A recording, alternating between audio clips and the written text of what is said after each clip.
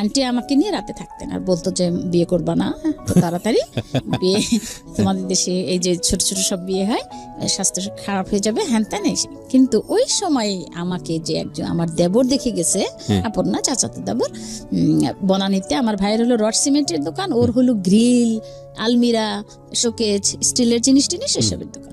ভাই খুব বন্ধুত্ব হলো। তার শরীয়তপুর, আমাদের মাদারীপুর। কিন্তু ভাই আমরা কোনোদিন মাদারীপুর যেতে পারতাম না, বললেই বলতো কি বই খাতা বাঁধো, চলো ফ্রি স্কুল পড়াই, আমার এত টাকা পয়সা দিয়ে দরকার কি, ভাইরা বলতো।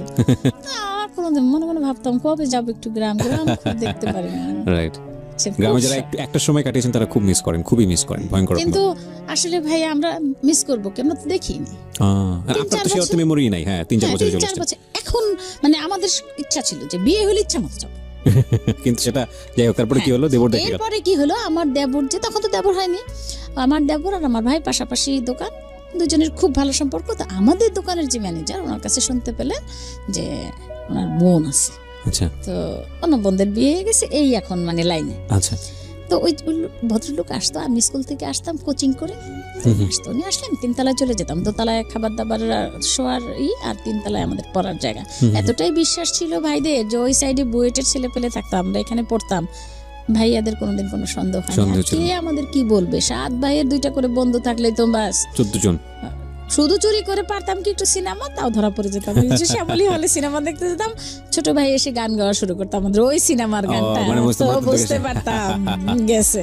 বই খাতা লুকাইতো, হাত পা ধরে আবার বই নিয়ে নিতাম, আর করবো না। তো কি করলো, ওই ওই ওই ভদ্রলোক আসা আর বন্ধ হয় না, কারণ কি ও আমাকে দেখতে পাচ্ছে না। আমি মনে মনে ভাবি, মনে হয় গরিব টরিব হবে, ওই দুপুরবেলা ভাত খেতে আসে। মানে আমার মনের ইচ্ছা, বিরক্ত লাগতো। তো একদিন আমার বাসায় যে হেল্পিং হ্যান্ড, ওকে বলা হলো যে তুই আমার ভাই, তুই আজকে ঘুমাবি। ভাবিকে বললো তুমিও ঘুমাবা, তখন সে যে ভাই বিয়ে করেছে, তুমি ঘুমাবা, আমি যা করার আমি করবো। তা আমাকে ডাক দিল, নিল, উপরে উঠো না, আপেল কেটে দাও আর দাও। সেই মাত্র ভাত, মানে ভাইয়ারা কথা বলার পরে কথা বলার মতো আমাদের কোনো সুযোগ ছিল না। তবুও মনে মনে বলি, এই মাত্র ভাত খাইলো, এখন আবার আপেল কেটে দেবো, কোত্থেকে আসছে, গরিব মানুষ, থাক খাওয়াই দিয়ে। আমি না মানে ট্রেটা রেখে একটু তাকাইছি, উনিও দেখে আমার দিকে তাকানো, এই দেখাই। এরপরে আন্টি কিন্তু আছে বাংলাদেশে। আচ্ছা, আমি পড়াশোনা করে আন্টির সাথে সংসদ ভবন গেলাম আমরা সবাই বেড়াতে। বেড়ানোর জায়গায় তো সেকেন্ড ক্যাপিটাল, সংসদ ভবন, মানিক মিয়া বিনু, এইসব জায়গা ছিল, ধানমন্ডি, আবহানী মাঠ। তখন কিন্তু অনেক প্লে গ্রাউন্ড ছিল ভাইয়া। আচ্ছা, তো হইলো, আন্টি আবার কি করলো, তখন বোধহয় চলে গেল কিছুদিন পরে। আন্টি চলে গেল, রাতের বেলা আমরা সবাই মিটিং টিটিং করলাম যে কে কত কান্না আছে কান্না করো, ট্যাঙ্কি ভরে যাক, কালকে আর পানি লাগবে না এসে। তো গেল পরে একদিন এক ভদ্রলোক আসলো, আমরা সংসদ ভবন যাব, প্রায় যেতাম সংসদ ভবন। এক ভদ্রলোক আসলো, তো আমাকে ভাইয়া দেখি কোনো না কোনো বাহানায় বলে, এখন না যাই, পরে যাই, আসো আমরা একটু পরে যাই। আমার ভাইয়া ভাবির নামে রেবু আমরা একটু পরে যাই, একটু পরে যাই। তো ভাইয়া বিয়ে ভালো লাগতো না, আশেপাশে না আমাদের ফ্যামিলিটা খুব সুখে ছিল, এটা সত্যি কথা। বাবা মারও কোনোদিন ঝামেলা দেখি নাই, এরও দেখি নাই, ভাই বোনদেরও দেখি নাই, ভাবি ভাই সবাই খুব মিল মহব্বত ছিল, বোনদেরও তাই। বোনরা মানে আমার ভাবিরা বলতো যে তোমাদের কপাল ভালো, ভাবিগুলাও ভালো পাও, আবার জামাইগুলো তোমাদের বসে। তো মাঝে মাঝে এরকম করতাম, এখনো করি, ভাবি এখন কি আর বলার আছে, কপাল। তো আমি উপর এখন আর মানে লাস্ট এসে সন্ধ্যা হয়ে যায়, ভাবি বলে কি শোনো আমি চলেছি, ওরে নিয়ে ও বুঝতে পারবে কিছু, পরে শুনেছি এগুলি। তো নিচে যাচ্ছি, যে আমাদের দোতলা নামতে যে বড় একটা সিঁড়ি থাকে না, ওই সিঁড়িটায় দাঁড়ায় এক ভদ্রলোক আমাকে বলে, দাঁড়াইলো, বলে কি নীল একটু দাঁড়াও। আমার ভাবি বললো, এই তো ইসমাইলকে চেনো না, ওই যে আমার দেবর, তার বড় ভাই। আচ্ছা, সালাম দিলাম, কি পড়েন, পরীক্ষা দেবো। ও আচ্ছা, বসেন, বলে আমার একটু রাগ লাগলো, ভালো লাগে না, চলে গেছি, মনটা কেমন একটু কেমন দিল। তো আমাকে ভাবি রাস্তায় কি যেন বলে, নীলু বিয়ে টিয়ের কোনো চিন্তা আসে না তোমার? আমি কি জানি, তোমার চিন্তা হলে আমার চিন্তা, আমি তো আর আমার মালিক না। তো গেল চলে, কি হইলো আর আমি জানি না, এগুলো আর পরে শুনি নাই কি হইলো, হাজবেন্ডের কাছ থেকে শুনছিলাম। তো উনি খুলনা চলে গেল, খুলনা চাকরি করে, ফুড ডিপার্টমেন্টের ফুড ইন্সপেক্টর। আচ্ছা, তো উনিও খুলনাতে। তারপরে এটা হলো ডিসেম্বর মাসের কথা, জানুয়ারির আজ রবিবার নাটক হতো, জানুয়ারি মাসে আমরা, পরে তো আবার হবে, দেখতে পারবো না, ম্যাট্রিক পরীক্ষা হবে, কোথাও যেতে পারবো না, মেয়ে যখন মিরপুর থাকে, আচ্ছা। আমরা একটু বেড়ায় আসি। মিরপুরে গেলাম আজ রবিবার, ওখানে বসে মজা করে দেখবো আমি আর আমার ছোট বোন। ভাইয়াকে বললাম পরে কেন যেন রাজি হলো, আচ্ছা। কখনো বলতে সাহস পাই না। তখন সেদিন বললাম ভাবি আছে, ভাবিকে বলে তখন বললো যে ঠিক আছে যাও। পরের দিন সকালবেলা ভাইয়া মোটরসাইকেল নিয়ে হাজির। তো সব মোটরসাইকেল নিয়ে যখন আসছে, ঘুম থেকে তাড়াতাড়ি উঠছি যে আমাদের নিয়ে যাবে। তো জানি না আমি, আমার যেন মানে মানে কেমন একটা মানে অদ্ভুত রকমের একটা ভিতর থেকে একটা আসলো যে আমার কিছু একটা হবে। তো ফ্রেশ ট্রেশ হলাম, ভাইয়ার সাথে যাবো বলে, ভাইয়া আমার সাথে কথা না বলে চলে গেল। নিয়ে যাবো বলে কি চল আমরা যাব, বাসায় যাব, মোহাম্মদপুর যাব। কেন আপা? তখন তো রিক্সায় সব চলতো ভাইয়া, রিক্সায় 2টা রিক্সায় মোহাম্মদপুর আসবো। তো আপার মেয়ে হয়েছে কিনা, তখন হয়েছে মনে হয়। তো আপা বললো কি মোহাম্মদপুর চলো। তা যাবো কেন, মোহাম্মদপুর যাবো কেন, আজকে না থাকার কথা। তো বলে কি থাক চলো। তারপরে গেলাম, বাসার এইটাও থমথমে ভাবটা, থমথমে। এত ভাই বোন, ভাইয়ের আবার কেউ জয়লখালে থাকে, কেউ ইঞ্জিনিয়ারিং পড়ে সেখানে থাকে, কেউ বিদেশে থাকে, বেশিরভাগই বিদেশে থাকে, 3-4 ভাই তখন বিদেশে থাকে। তো মা বাবা গ্রামে। আচ্ছা। আমাকে বললো কি মেঘলা মেঘলা দিন, কুয়াশা, আগে শীত পড়তো তো অনেক, তাই না? এটা হলো জানুয়ারির 12-13 তারিখে হবে। তো আমার দুলাভাই এবার সৌদি আরব যাবে একজন। তো আমাকে বললো কি যে তুমি হলুদ মরিচ, তখন তো গুঁড়া করতেই হবে, ইমার্জেন্সি বলতে কিছু নাই, গুঁড়া করাটাই ইমার্জেন্সি, কেনার ই নেই। তা আমাকে বললো কি এগুলো একটু পারো তো চুলার উপরে দিয়ে, কেবল গ্যাস তখন মানে নতুন নতুনই আসা, দিয়ে একটু হালিমকে দিয়ে তুমি ভাঙাইও, টাকা টুকা দিয়ে। ভাবিরা কোথায় চলে গেল, আমার ছোট বোনও গেল। তো রাতে আসলো, অনেক রাতে। তো আসলো পরে আমি ছোট বোনকে জিজ্ঞেস করলাম কি কোথায় গেছিলি রে তোরা? তো বলে কি আমার ছোট বোন কান্না, আমাকে ধরে অনেক কান্না করছে। কি হয়েছে? বলছে তো ওকে না বিয়ে, তোর না বিয়ে। আমি বললাম আমার বিয়ে? তো কিছু বলিনি, চুপ করে শুয়ে থাকলাম। গিয়ে পড়ায় আর মন বসলো না। আমার পড়ার রুমে একটা বিছানা ছিল, ওখানে গিয়ে শুয়ে থাকলাম। শোয়ার পরে আমার বোন গেল। এরপরে কি হলো, আমরা ড্রয়িং রুমে আসলাম। আমাদের অনেক গেস্ট থাকতো ভাইয়া, বাপের বাড়ি থেকে, ওটা হাতে রাখো, বাপের বাড়ি থেকে অনেক গেস্ট, গ্রাম থেকে অনেক গেস্ট আসতো অনেক। তো মাঝে মাঝে এরকম পাড়া দিয়ে উপরে শুতাম, এরকম এরকম করে খুঁজতাম যে জায়গা কোথায়। ওকে। তো ভাবিদেরও কিছু করার ছিল না, লোক আছে ওরা রান্না করবে, তোমার কি। ভাইদের এই কথা ছিল, বাবা মা। বাবা মা এখনো কিছু জানে না। তা আমি শুয়ে আছি, তোমার ছোট বোন বলে কি জানিস লোকটা কেন ভালো লাগে না, বস। আমি বললাম কি যে, আমি শুধু 2 চোখ দিয়ে পানি পড়ছে আমার, কিচ্ছু না। পরের দিন গেল এইভাবে, সকাল হলো না, ভাবি এসে দাঁড়াই। ভাবি বলে কি নীলু আমার দিকে তাকাও, তাকাও, নীলু আমার দিকে তাকাও। আমি তাকাই না, আসতে চোখে পানি। তো ভাবি দেখলে আবার, ভাই যদি শোনে, তখন তো মনে করতাম ভাবি বলে দেবে, ভাই শুনলে রাগ করবে, থাক। তো আস্তে করে চোখের পানি টানি মুছে তাকালাম, চোখ টুক ভাবি লাল। দেখি ভাবির গায়ে গয়না ভর্তি। মাই গুডনেস, কেন? আমি বললাম কি ব্যাপার ভাবি? বলে কি দেখো কেমন লাগে। গয়নার আমি কি বুঝি? তো বলে দেখো না কেমন। আমি তোমার সব গয়না পড়ছো? আরো আরো ভাবিদের গয়না ছিল, মার গয়নাও পড়ছো? বলে কি না এগুলি না তোমার। আমি বললাম আমার কেন? বলে কি কি জানি তোমার দাদু আজকে কিনলো, আমরা ভাইদের দাদু বলি, তোমার শেষ দাদু কিনলো। আমি বলছি শেষ দাদু কিনলো আমাকে? আমার বোন চিমটা আর বলে কি ওই বেটা দিছে, ওই বেটা দিছে, জানিস ওই বেটা দিছে, শাড়িও আছে, সব পাঠিয়ে দিছে আমাদের সাথে। আমি বলছি কি ও আচ্ছা। ভাবিকে বললাম কি আচ্ছা থাক পড়ো, তুমিই পড়ো, কিছু বলিনি। তারপরের দিন ভাইয়া আমাকে আবার বলে গেল মুরগি জবা দিতে। ওই সাইডে কতগুলো ছাত্র ভাড়া দেওয়া আমাদের বাসা, বললো মুরগি জবা দিও ওদের নিয়ে। তো ওদের বললাম কি খোকন ভাই আরো কারা কারা যেন আছে, বুয়েটে পড়ে ওরা, ছেলেরা সবাই বুয়েটে পড়ে, 12 জন ছেলে ভাড়া থাকে ওইখানে। তো বললাম কি একটা ড্রাম ছিল বিশাল, বললাম যে মুরগি 150 মুরগি একটু জবা দিয়ে দেন। তো বললো যে ও আচ্ছা। তো তখন তো আমার বোঝা শেষ, যাবার আবার ভাবিরা আবার শপিং এ গেছে। তখন তো Gausia, new market, hawkers interesting বিষয় হচ্ছে যে মানে আজকালকার যুগে ছেলেমেয়েদের কথা চিন্তাই করা যায় না, এটা যে একটা মেয়ের বিয়ে হয়ে যাচ্ছে, তার কাছ থেকে পারমিশন নেওয়ার কিছু নাই, সবাই মোটামুটি শপিং টপিং করে একদম রেডি হয়ে যাচ্ছে, মানে যার বিয়ে তাকে জিজ্ঞেস করার কিছুই নাই। এটা এই যুগে হলে তো মার্ডার হয়ে যাবে।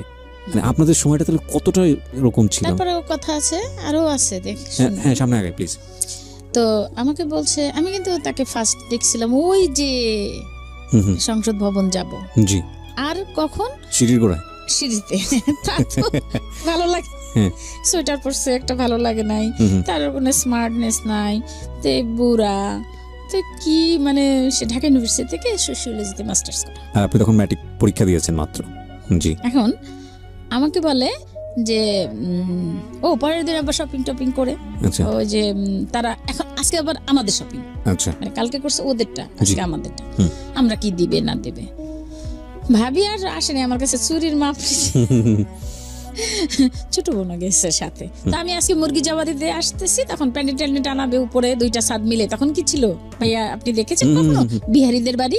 আমি মোহাম্মদপুরে এক গিয়েছি। ওয়ালের মধ্যে দুটো ই থাকে, আচ্ছা, মানে মানে দরজা করলেই এই রুম, এই বাসা থেকে ওই বাসায় যাওয়া ও যায়, আচ্ছা আচ্ছা, আবার লাফ দিয়ে 5টা বাসায় যাওয়া যায়। আচ্ছা আচ্ছা, আমরা যেতাম, মানে ছাদের উপর দিয়ে লাফ হ্যাঁ, লাফ লাফ।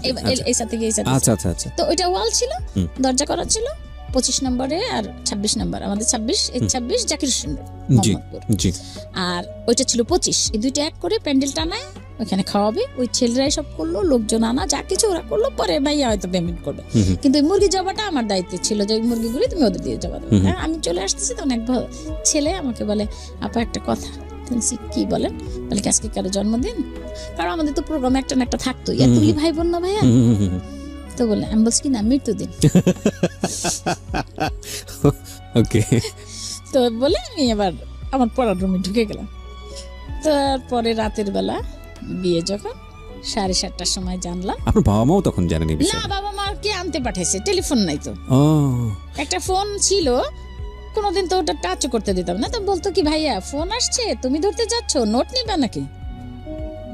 নোট আচ্ছা দিবে আচ্ছা আচ্ছা, কেউ? ওই রমনা পার্কে দেখি নোট দেওয়া দেওয়াই হয়, হ্যাঁ হ্যাঁ, তো নোট টোট দিতে ফোন দেব না। ফোন ভাই ওই যে কানে, আর ভাইয়া ফোন কানে নিতে পারতাম না। ওকে, আমাদের গানের মাস্টার ছিলেন, আমরা গান গেয়েছি, আমার মেয়েরও সে মাস্টার, মানে ফ্যামিলি মাস্টার যাকে বলে। ওই 5ই সেপ্টেম্বর তার মা মারা গেছেন। হ্যাঁ, আমাদের ফ্যামিলি একদম মানে একসাথে করে দিল, খুব ভালো, আমাদের সাথে খুব ভালো। আপনার বাড়ি রংপুর আমি জানি, আমার বাড়ি বগুড়া। সরি বগুড়া, আমি জানি। আচ্ছা, তারপরে কি হলো, যাই হোক, ও বিয়ে 7:30টার সময় বোধ হয় হয়ে গেল, আমার কাছে আসলো সই নিতে। আচ্ছা, তখন আমি বললাম, এটা কি? নীল একটা বই, অনেকগুলি পাতা, তো অনেকগুলি মানুষের বিয়ে হচ্ছে মনে করছি, যে এতগুলি। তাহলে এখন বলে কি, মানে ভাইয়া রুমের বাইরে দিয়ে হাঁটাহাঁটি করছে, অন্য ভাইরা নাই, মা বাবা এখন এসে পৌঁছায় নাই, অনেকক্ষণ অপেক্ষা করছে, শীতের 7:30 তো অনেক। তো এখন আমি বুঝে, আমি এখন মহা জোরে চিৎকার, একদম বরযাত্রী শুনে যাচ্ছে চিৎকার, এখন বরযাত্রী উঠে যাচ্ছে, বিয়ে হবে না, এই মেয়ের কোথাও অ্যাফেয়ার আছে। কিসের অ্যাফেয়ার করবো ভাই, অ্যাফেয়ার কি বুঝি না। এখন দেখি বলে বয়ফ্রেন্ড গার্লফ্রেন্ড, আমরা তখন বুঝতাম ছেলে হইলেই বয়ফ্রেন্ড, মেয়ে হইলেই গার্লফ্রেন্ড। হ্যাঁ, মেয়ে মানে গার্ল, ছেলে মানে বয়, ছেলে বয়। তাহলে আবার এখন আবার দেখি এটা আলাদা, এটা তো এখন না, আরো আগেই শুরু হয়েছে। সে আমার মেয়ের আমল থেকে শুরু হয়েছে, এখন কি আর বলবো, আমার মেয়ের আমল থেকে। আমি বলতাম কি, ছেলে বন্ধু তো, বলে কি না মা এটা আলাদা। আমি বলছি, ও বাবা কি? তো এইটা এখন দেখেন কি করলাম। ওই তখন যখন চলে যায়, তখন ভাইয়া আগের রাতে স্বপ্ন দেখেছিল আমাকে নিয়ে, যে আমি প্রেগনেন্ট। ও, তখন ভাইয়া বলতেছে ভাবিকে, যে তোমাকে তো দেবই জবা, না ওকে তো দেবই জবা, তুমিও শেষ। আচ্ছা, ভাবি বলছে মাথা ঠান্ডা করো। তো ওই সময় আবার ভাইয়া আমাকে একটু এই বাদ দিয়ে গেছে, এখানে রাতে আমাকে তুলে আমাকে ব্যালকনিতে নিয়ে গেছে। আমরা কিন্তু ব্যালকনিতে যেতে পারতাম না, তাহলে বলতো কি, কয়টা ট্রাক গেল গুনছো আজকে সারাদিন, কয়জন মহিলা গেল। ভাইয়া আমাকে বলে কি, আমাকে ভাইয়া মানিক ভাই আমাকে নিয়ে গেল এসে ব্যালকনিতে, ভাইয়ের বুকের উপরে মাথাটা দিয়ে আমাকে বলে, তোমার বুকে আমি একখানাই দিলাম পরশ পাথর, তুমি বুঝতে পারছো তোমার বিয়ে? বলছি বুঝছি। তো মানে শব্দ নাই।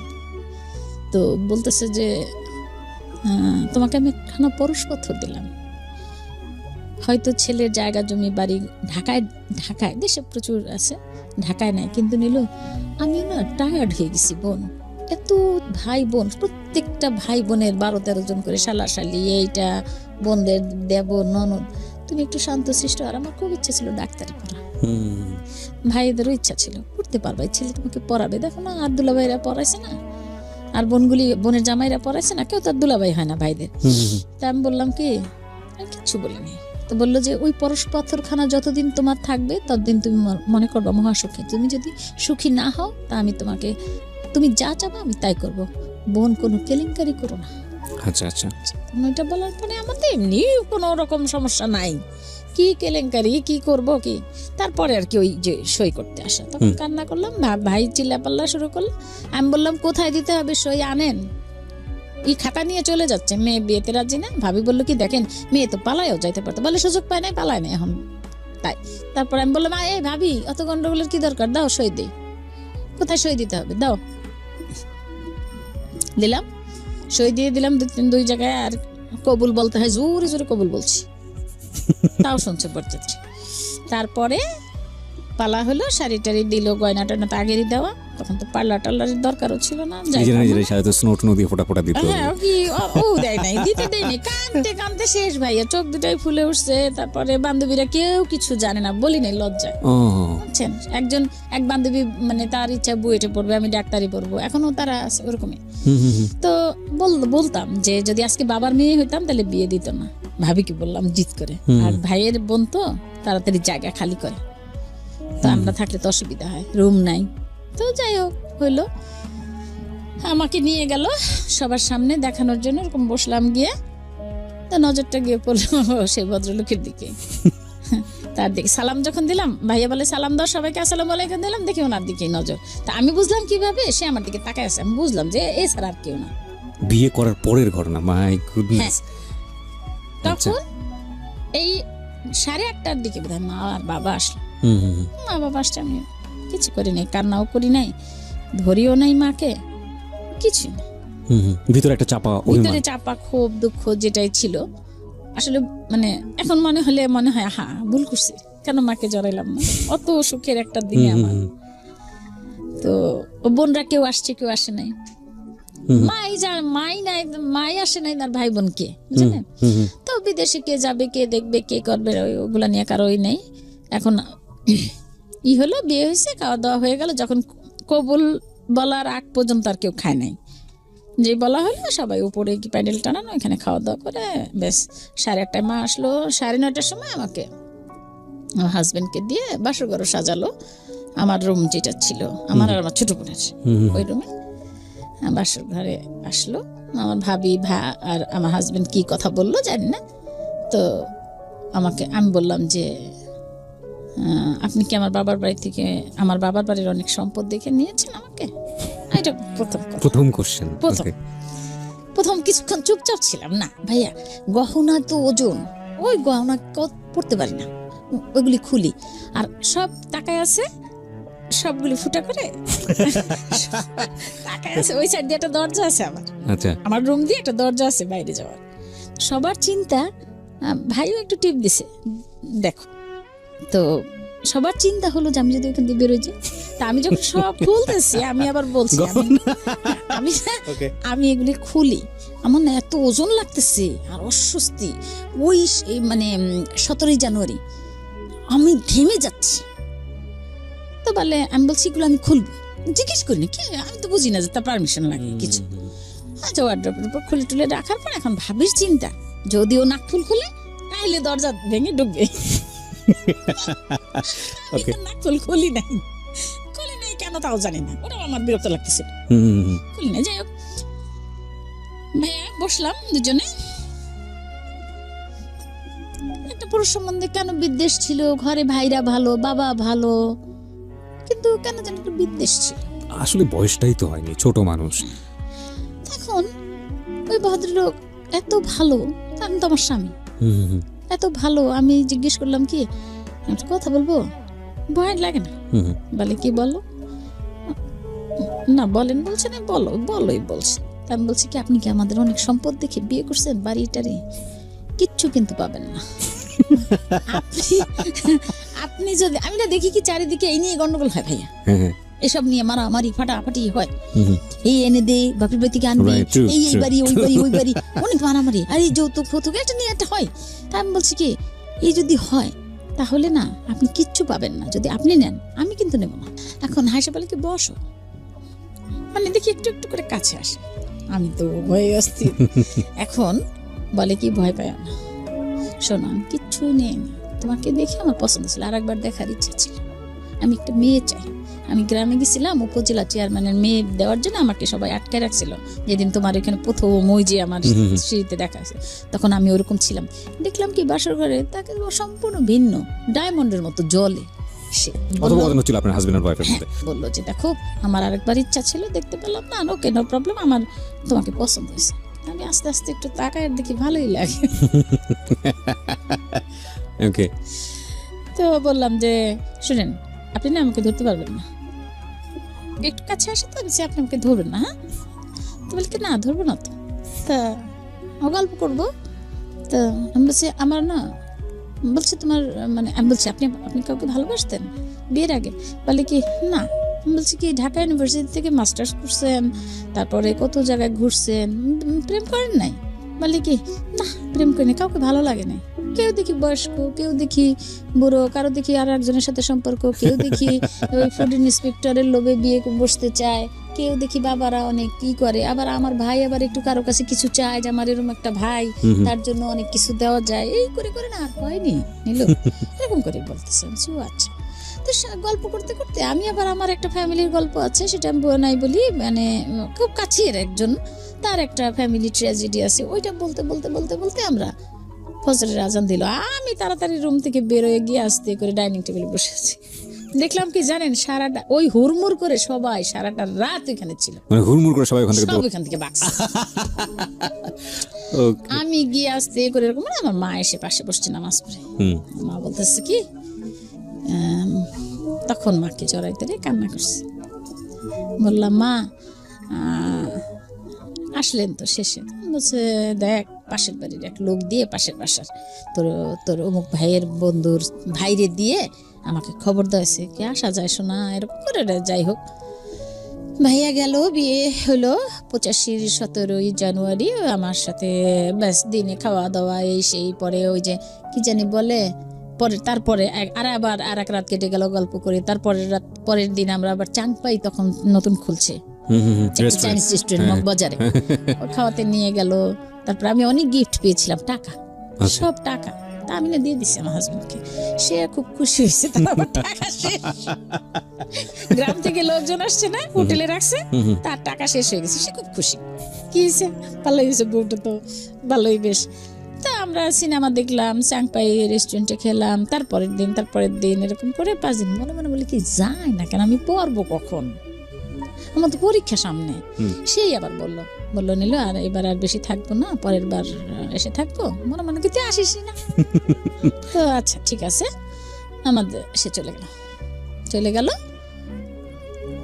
ফার্স্ট আমাকে একটু আদর করে গেল, এই ফার্স্ট আমাকে সে ধরলো, আমি কিছু বললাম না, ভালোই লাগছে। এই চলে গেল তো সে খুলনা গেল, ফোন করতে, এখন ফোন ধরতে অসুবিধা নেই, এখন সব অনেক ফ্রিডম। এখন বলে ফোন ধরলে কথা না বললে বলে কি, বলে দাদু আমি, দাদু বলে কি আচ্ছা নিলু, আচ্ছা তুমি ধরো এখন থেকে ফোন। আমি বলি পড়ি তো, 3 তলা থেকে আসবো, ফোন ধরবো, তো বলে প্যারালাল লাইন দে। আমি না না না না দরকার নেই। যাই হোক ভাইয়া 21শে ফেব্রুয়ারি আবার এসে সে আমাকে নিয়ে গেল বলে ভাইয়াকে নিয়ে গেল খুলনা, কোয়ার্টার পেয়েছে, আচ্ছা অফিসার্স কোয়ার্টার, তো নিয়ে গেল খুলনাতে। আমার লাইফ শুরু হলো, এই কয়দিন আমরা আলাদা। কিন্তু আমি স্কুল থেকে এসে খুঁজতাম, দূর থেকে বারান্দায় দেখা যেত নতুন কোনো কাপড় শুকা দিল কিনা কেউ, তো তাকে খুঁজতাম মনে মনে, ভালো লাগতো, খুব মায়া লাগতো, আসতো দেখতাম। একটা জিনিস যেটা হচ্ছে যে আপনার লাইফে প্রেম এসছে আসলে বিয়ের পরে, হাজবেন্ডকেই ভালোবাসা, সেই আপনার জীবনের সবচেয়ে স্বপ্নের পুরুষ বা মনের মতো মানুষ। জি হ্যাঁ, এবং আমি দেখলাম যে এত ভালো হয়, ভাইয়াদের তো রাগ আছে, ভালো ভাইয়ারা কিন্তু রাগ আছে কেন যেন, তাকে মনে হলো মানে এত ঠান্ডা, এত ভদ্র, এত এত অমায়িক, এমন মানুষ হয়। তারপরে যাই হোক, আমি তাকে যাওয়ার সময় শুধু সে যখন আমাকে আদর করছে, আমি বলছি তুমি ভালো অনেক না, শুধু এতটুকুই বলেছি। তারপরে হাসলো, হাসলে মনে হয় কি মুখটা ঝরতো তার মুখ, তার দাঁত এমন ছিল, বাবা, মানে ডায়মন্ড বসানো ছিল মনে হয়। তো ওইগুলি সব আমার মানুষ পটে আঁকা, আর ভালো লাগে না পড়াশোনা। বই খুলি, তারে দেখি। কলেজে যাব 5 টাকা ভাড়া রিক্সায়, 10 টাকায় উঠে যাই, আসবো 15 টাকায় উঠে যাই, কারণ যদি গিয়ে দেখি একটা নতুন লুঙ্গি ছড়ানো। লুঙ্গি ছড়ানো বলতে আসলে লুঙ্গি সে এসে গোসল করবে না, আচ্ছা আচ্ছা, গোসল করলে বারান্দায় লুঙ্গিটা দিবে। ওকে, তো নতুন লুঙ্গি কার হবে? ও মানে সেই মানুষটা আসছে এরকম একটা, এরকম। আচ্ছা ওকে, আমি মানে আশা করতাম যে সে চলে আসবে। তো যাই হোক, আসার আগে বলে নাই। 21শে ফেব্রুয়ারি আমি আমার বোন সিনেমা দেখতে যাচ্ছিলাম, পথে আমার নজর তো এটা দেখছি, স্কুটার ছিল তখন, স্কুটারে একটু দেখেছি, আমি বলছি আপা রিক্সা ঘোরা, বোনদের বলছে মেজো বোন রিক্সা ঘোরা, আমি বলছি কেন, বলছে আসছে। আপা বুঝে গেছে, এসে দেখলাম আমরা, সে উঠতেছে আমরা উঠি মোহাম্মদপুরের বাসায়। তো বললো কে নিয়ে যাবো, একটু খারাপ লাগলো, ভালো লাগছে, যাবো কিন্তু পরীক্ষা। বললো কি এসে পরীক্ষা দিবা, আমার এখানে পড়বা। ভাইয়া নিয়ে গেল, অনেক এর মধ্যে কিছু কাহিনীগুলো বলার দরকার নেই, সে গিয়ে সে আমাকে পড়াইতো। আচ্ছা, সে পড়াইতো রাত জেগে, সারাদিন চাকরি করতো, আবার এসে রান্না, একটা মহিলা রেখে দিল হেল্পের জন্য কোয়ার্টারে, সব কাজ আস্তে আস্তে। ভাইয়ার মানে টাকা টুকা দিছিল টিভি কেনার জন্য, একটা টিভি আনলো ঘরে, তারপরে ফ্যান ট্যান কি যাবতীয় একটা সংসার সাজাতে যা লাগে টুকটুক করে একটু একটু আমরা বাইরে গিয়ে গিয়ে কিনে নিয়ে আসতাম, থালা বাসন, মানে একটা লুসনি থেকে শুরু করে সব কিছু কেনা লাগলো। তো আর একটা মহিলা ঠিক করলো, ও কাজ করে দিয়ে যায়, মাছ কুটে টুটে দিয়ে যায়। একদিন আমি, ও আসে নাই, মাছ কুটছিলাম, তো এখান দিয়ে মাছ হাত ফেরে গেছিল, ইঞ্জেকশন লাগছে দেয়া। তো ভাই বোনের মধ্যে ভাইরাই তো কাজ করছে, কাজ করিনি। তারপরে ওই দিনের পর থেকে সেও প্রতিজ্ঞা করলো যে আর কাজ করবা না, শেষ, মানুষ রাখলো। আর মাছে এমন পানি দিতাম, আলাদা ঝোল জাল দিতে, আলাদা ঝোল জাল দিতে, মাছ তুলে রেখে ঝোলগুলি জাল দিয়ে কমো, কারণ মাছ থাকলে তো সিদ্ধ হয়ে যাবে, সে গলে যাবে। লাউয়ে পানি দিতাম এতগুলি। তো 2 দিন দেখে আমাকে আবার ওই মহিলা খুব আদর করতো, বলতো বউ বউ বলে ডাকতো। আমি আবার বলতাম কি চাচি, আমার না ই নেই, শ্বশুর শাশুড়ি নাই, আমার না বউ শুনতে ইচ্ছা করে, তুমি আমাকে বউ বলো। তো বলতো যে বউ এই লাউ এখন সরান, লাউ উঠান, এরকম করে যাই। এই করতে করতে ভাইয়া আমি পরীক্ষা দিলাম, ঢাকা আসলাম, পরীক্ষা ওই শনি আরো 2 ভাই বিয়ে হয়েছে আমার, আরো 2 ভাই বিয়ে করছে। কারণ সত্যি কথাই ভাই, আমাদের তো এতগুলি ভাই বোন, একটু তো সরাতেই হবে, স্পেস লাগবে না? নিশ্চয়ই নিশ্চয়ই। তারপর ছোট বোনটা পড়তো 8-এ তখন আমার বিয়ের সময়। আর তারপরে এ বিয়ে করলো, আরেক ভাই বিয়ে করলো জুনে, আরেক ভাই বিয়ে করলো 28শে নভেম্বর। তো আমি সবগুলিতে অ্যাটেন্ড করতে পারলাম না। জুনে যে ভাই বিয়ে করছে সে সময় আমি ঢাকাতে লালমাটিয়ায় পরীক্ষা দিই। আচ্ছা, তখন তো ওই যে এপ্রিলে শুরু হইতো পরীক্ষা, জি। তো প্র্যাকটিক্যাল দিতে আর ইচ্ছা করে না, চলে যাবো তার কাছে, প্লেনে আসতাম যশোরে। তা যাই হোক কোনো রকম দিলাম, সেকেন্ড ডিভিশন পেলাম। তো বললাম আর এনাফ, আবার লালমাটিয়াতেই ভর্তি করলো, যে তুমি তো লালমাটিয়া যাবাই, মানে ঢাকা যেতেই হবে, লালমাটিয়ায় ভর্তি হও। ইন্টারমিডিয়েট পাস করলাম 85, 86, 87, 1 বছর বোধহয় 87-তে, 88-তে কি আমার মেয়ে আসলো। আচ্ছা, আসলো 88, আপনার প্রথম সন্তান, প্রথম মেয়ে। আর সে ভাই তো অনেক কষ্ট হলো মেয়ে। যাই হোক, মেয়ে হওয়ার পরে মেয়েটা হয়তো অনেক মানে 12 পাউন্ড ওজন হয়েছিল, নর্মাল।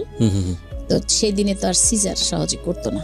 তো ইচ্ছা ছিল ঢাকায় টিএ চৌধুরীর কাছে, কিন্তু সে বলতেছে না, আমার বেবি আমার কাছে হবে, তুমি কি বলো? আমি বলছি আমার ভালো লাগে না, তোমার কাছে থাকবো।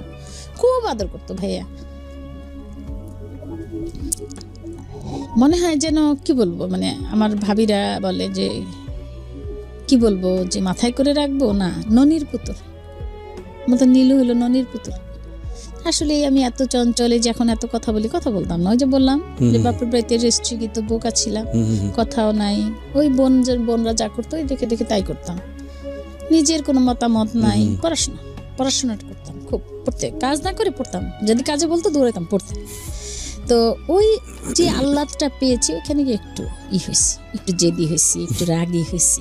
এখন দেখি কিছুটা অত্যাচারও করি হাজবেন্ডকে, কারণ ওই যে এটা স্বাভাবিক, যেটা প্রশ্রয় পাইলে যা হয় আস্তে আস্তে। কিন্তু মেয়েটা পেটে আসলো পর থেকে রাগটা বাড়লো, তো বুঝতে পারে, মনে করছে কিচ্ছু খেতে পারতাম না, নাক দিয়ে সব বেরোয় যেত, মুখ দিয়ে রক্ত এসে যেত, স্যালাইন ট্যালাইন দিয়ে যাই হোক হইলো। মেয়েটা এত বড় মেয়ে, ডাক্তার বাদশা মিয়া, উনিও ভালো গাইনিকোলজিস্ট, মা ছিলেন 29 দিন আমার কাছে। আচ্ছা, এই প্রথম মেয়ে কোনো মেয়ের বাড়িতে, আমার বাবা পছন্দ করতেন না কোনো মেয়ের বাড়িতে থাকা।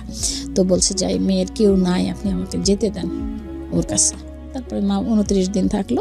তারপরে বাচ্চাটা হওয়ার পরেও 9 দিন আমি ক্লিনিকে ছিলাম। তখন, এখন তো সিজারেই 3 দিন থাকে, তখন 9 দিন ছিলাম। অনেক কষ্ট হচ্ছে, অনেক। এবং আমার হাজবেন্ড পরে ড্রেসিং সব নিজে করছে, আমার যা কিছু ড্রেসিং কারণ আমার মা আসার সময়, আমার মা চলে আসবে, তখন বলে মা শোন, আর বেবিটা পেটে থাকতে এগুলি এরকম এরকম করতো, শিশি রাতে আমার হাজবেন্ড এগুলি সারা রাত বসে বসে চাপতো। তো আসার সময় আমার মা বললেন কি যে জামার কাছে মাপ চেয়ে নিস। তো আমি কেন, তার ছিল না, তার বাচ্চা না, মাপছো কেন? যদি মারাঠারা যায় আর কি, কাস্টমস ছিল সেই সময়। আবার বলতেছে, আমার হাজবেন্ড শুনছে, তো মা কি বলে, আমি তোমার কাছে মাপ চাইতে বলে কি মা, ও যে কষ্ট করতেছে মা, ওর তো আমার ইচ্ছা হয় নিয়ে ঘুরি মা। Very gentleman. একটা কথা বলি এখানে, এতক্ষণ শুনছিলাম খুব অবাক হয়ে। টু বি অনেস্ট, কোনো হাজব্যান্ড যদি তার ওয়াইফের কাছ থেকে এরকম সার্টিফাইড হয় যে he is a very good man, তাহলে আমার মনে হয় যে এর চেয়ে বড় সার্টিফিকেশন আসলে আর কোনো কিছুই নাই। ভাইস ভার্সা, এবং হাজব্যান্ডের কাছ থেকেও যদি ওয়াইফ এই রিকগনিশনটা পায় যে আমার ওয়াইফ অনেক ভালো মানুষ, এটা আমাদের খুবই কম শোনা যায়। আমাদের জীবন গল্পে দেখবেন যে এই জিনিসটা একেবারেই রেয়ার। ম্যাক্সিমাম প্রবলেমই হাজব্যান্ড অ্যান্ড ওয়াইফের মধ্যে।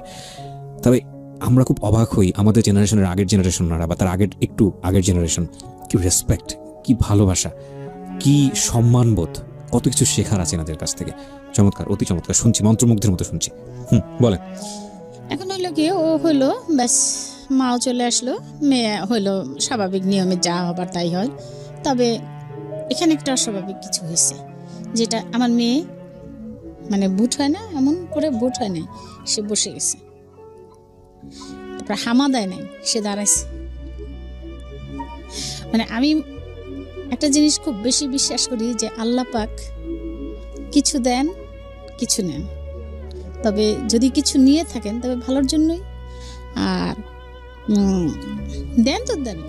তবে যত, আমি মনে করি, এটাও আমার দৃঢ় বিশ্বাস যে আমরা যত গুনাহ করি তত শাস্তি পাই না, আর যত সওয়াব করি তত শুকর আদায় করি না। এখন আমি জানি না আমার সাথে মত কিনা, যাই হোক, এই করতে করতে আমার আবার ওর সাথে হাসতে খেলতে, ও মানে একটা পুতুল যেন ঘরে ঘোরে, 7 মাসে হাঁটে, কথা বলে দ্রুত, সব অবাক কাণ্ড। ভাইয়ারা যায় আর এমনি একটু দেখতে যায় আমার ফ্যামিলিটা, আমার সংসারটা, কেউ পারে তো দেখে আমি একেবারে মানে ওভার স্মার্ট হয়ে গেছি ফ্যামিলি। এর মধ্যে পড়াশোনা, ইন্টারমিডিয়েট পাস করলাম, ডিগ্রি পরীক্ষা দেবো, তখন ও আসলো। তারপরেও আমার হাজবেন্ড নিজে পড়ছে, আমি মুখস্থ করছি। সে বলছে নীলু তুমি শুধু একটু শোনো, তুমি পারবা। আচ্ছা, আমি বলতাম পারবো না, দেখো তুমি আমি জ্বালানো বমি টমি করে, না পারবা। তারপরেও হওয়ার পরে পরীক্ষা দিয়েছি, হ্যাঁ যাক পাস করছি আর কি কোনো রকম। এরপরে সে বলছিল ল পড়ো, আমি পড়ি নাই। আমি বলছি একদম সব সংসার ছেড়ে আমি কিন্তু চলে যাবো, আর পড়া করো না, আমার আর ভালো লাগে না। কিন্তু ও যেদিন হলো ভাইয়া, ওই দিনের কথা বলি, ওর হওয়ার ডেট ছিল হলো 10 তারিখে মার্চের। আচ্ছা, এখানে আমি একটু ইন্টারাপ্ট করছি। মানে আপনি যাকে আজকে স্টুডিওতে নিয়ে এসেছেন, আপনার ছেলে, তাকে অ্যাড্রেস করে আপনি বলছেন, উনি হচ্ছে ওনার সেকেন্ড চাইল্ড, এবং ওনাকে নিয়েই আসলে আজকের এই গল্পটা, মূল গল্পটা। কিন্তু আমার মনে হয় এই ঘন্টাখানেক সময় ধরে অন্যরকম একটা উন্মাদনার মধ্যে, অন্যরকম একটা সুইট মেমোরি, অন্যরকম একটা অসম্ভব সুন্দর একটা টাইম আমরা পাস করেছি। আমরা এবার একটু অন্যরকম গল্পের দিকে এগোবো। আপনার সেকেন্ড চাইল্ড, আপনার ছেলেটার নাম একটু যদি বলেন। ফেরদৌস শাহরিয়ার তন্ময়। হ্যাঁ, তন্ময় না? আচ্ছা, তুমি পরে বলো। আচ্ছা, ফেরদৌস শাহরিয়ার তন্ময়। হ্যাঁ, ফেরদৌস শাহরিয়ার তন্ময়, এখন বয়স কত আপনার? এখন 27 বছর বয়স। তো তন্ময়ের 27 বছর আগের গল্প, যখন সে পেটে ছিল মায়ের, সেই সময়ের গল্প আমরা শুনছি। জি বলুন।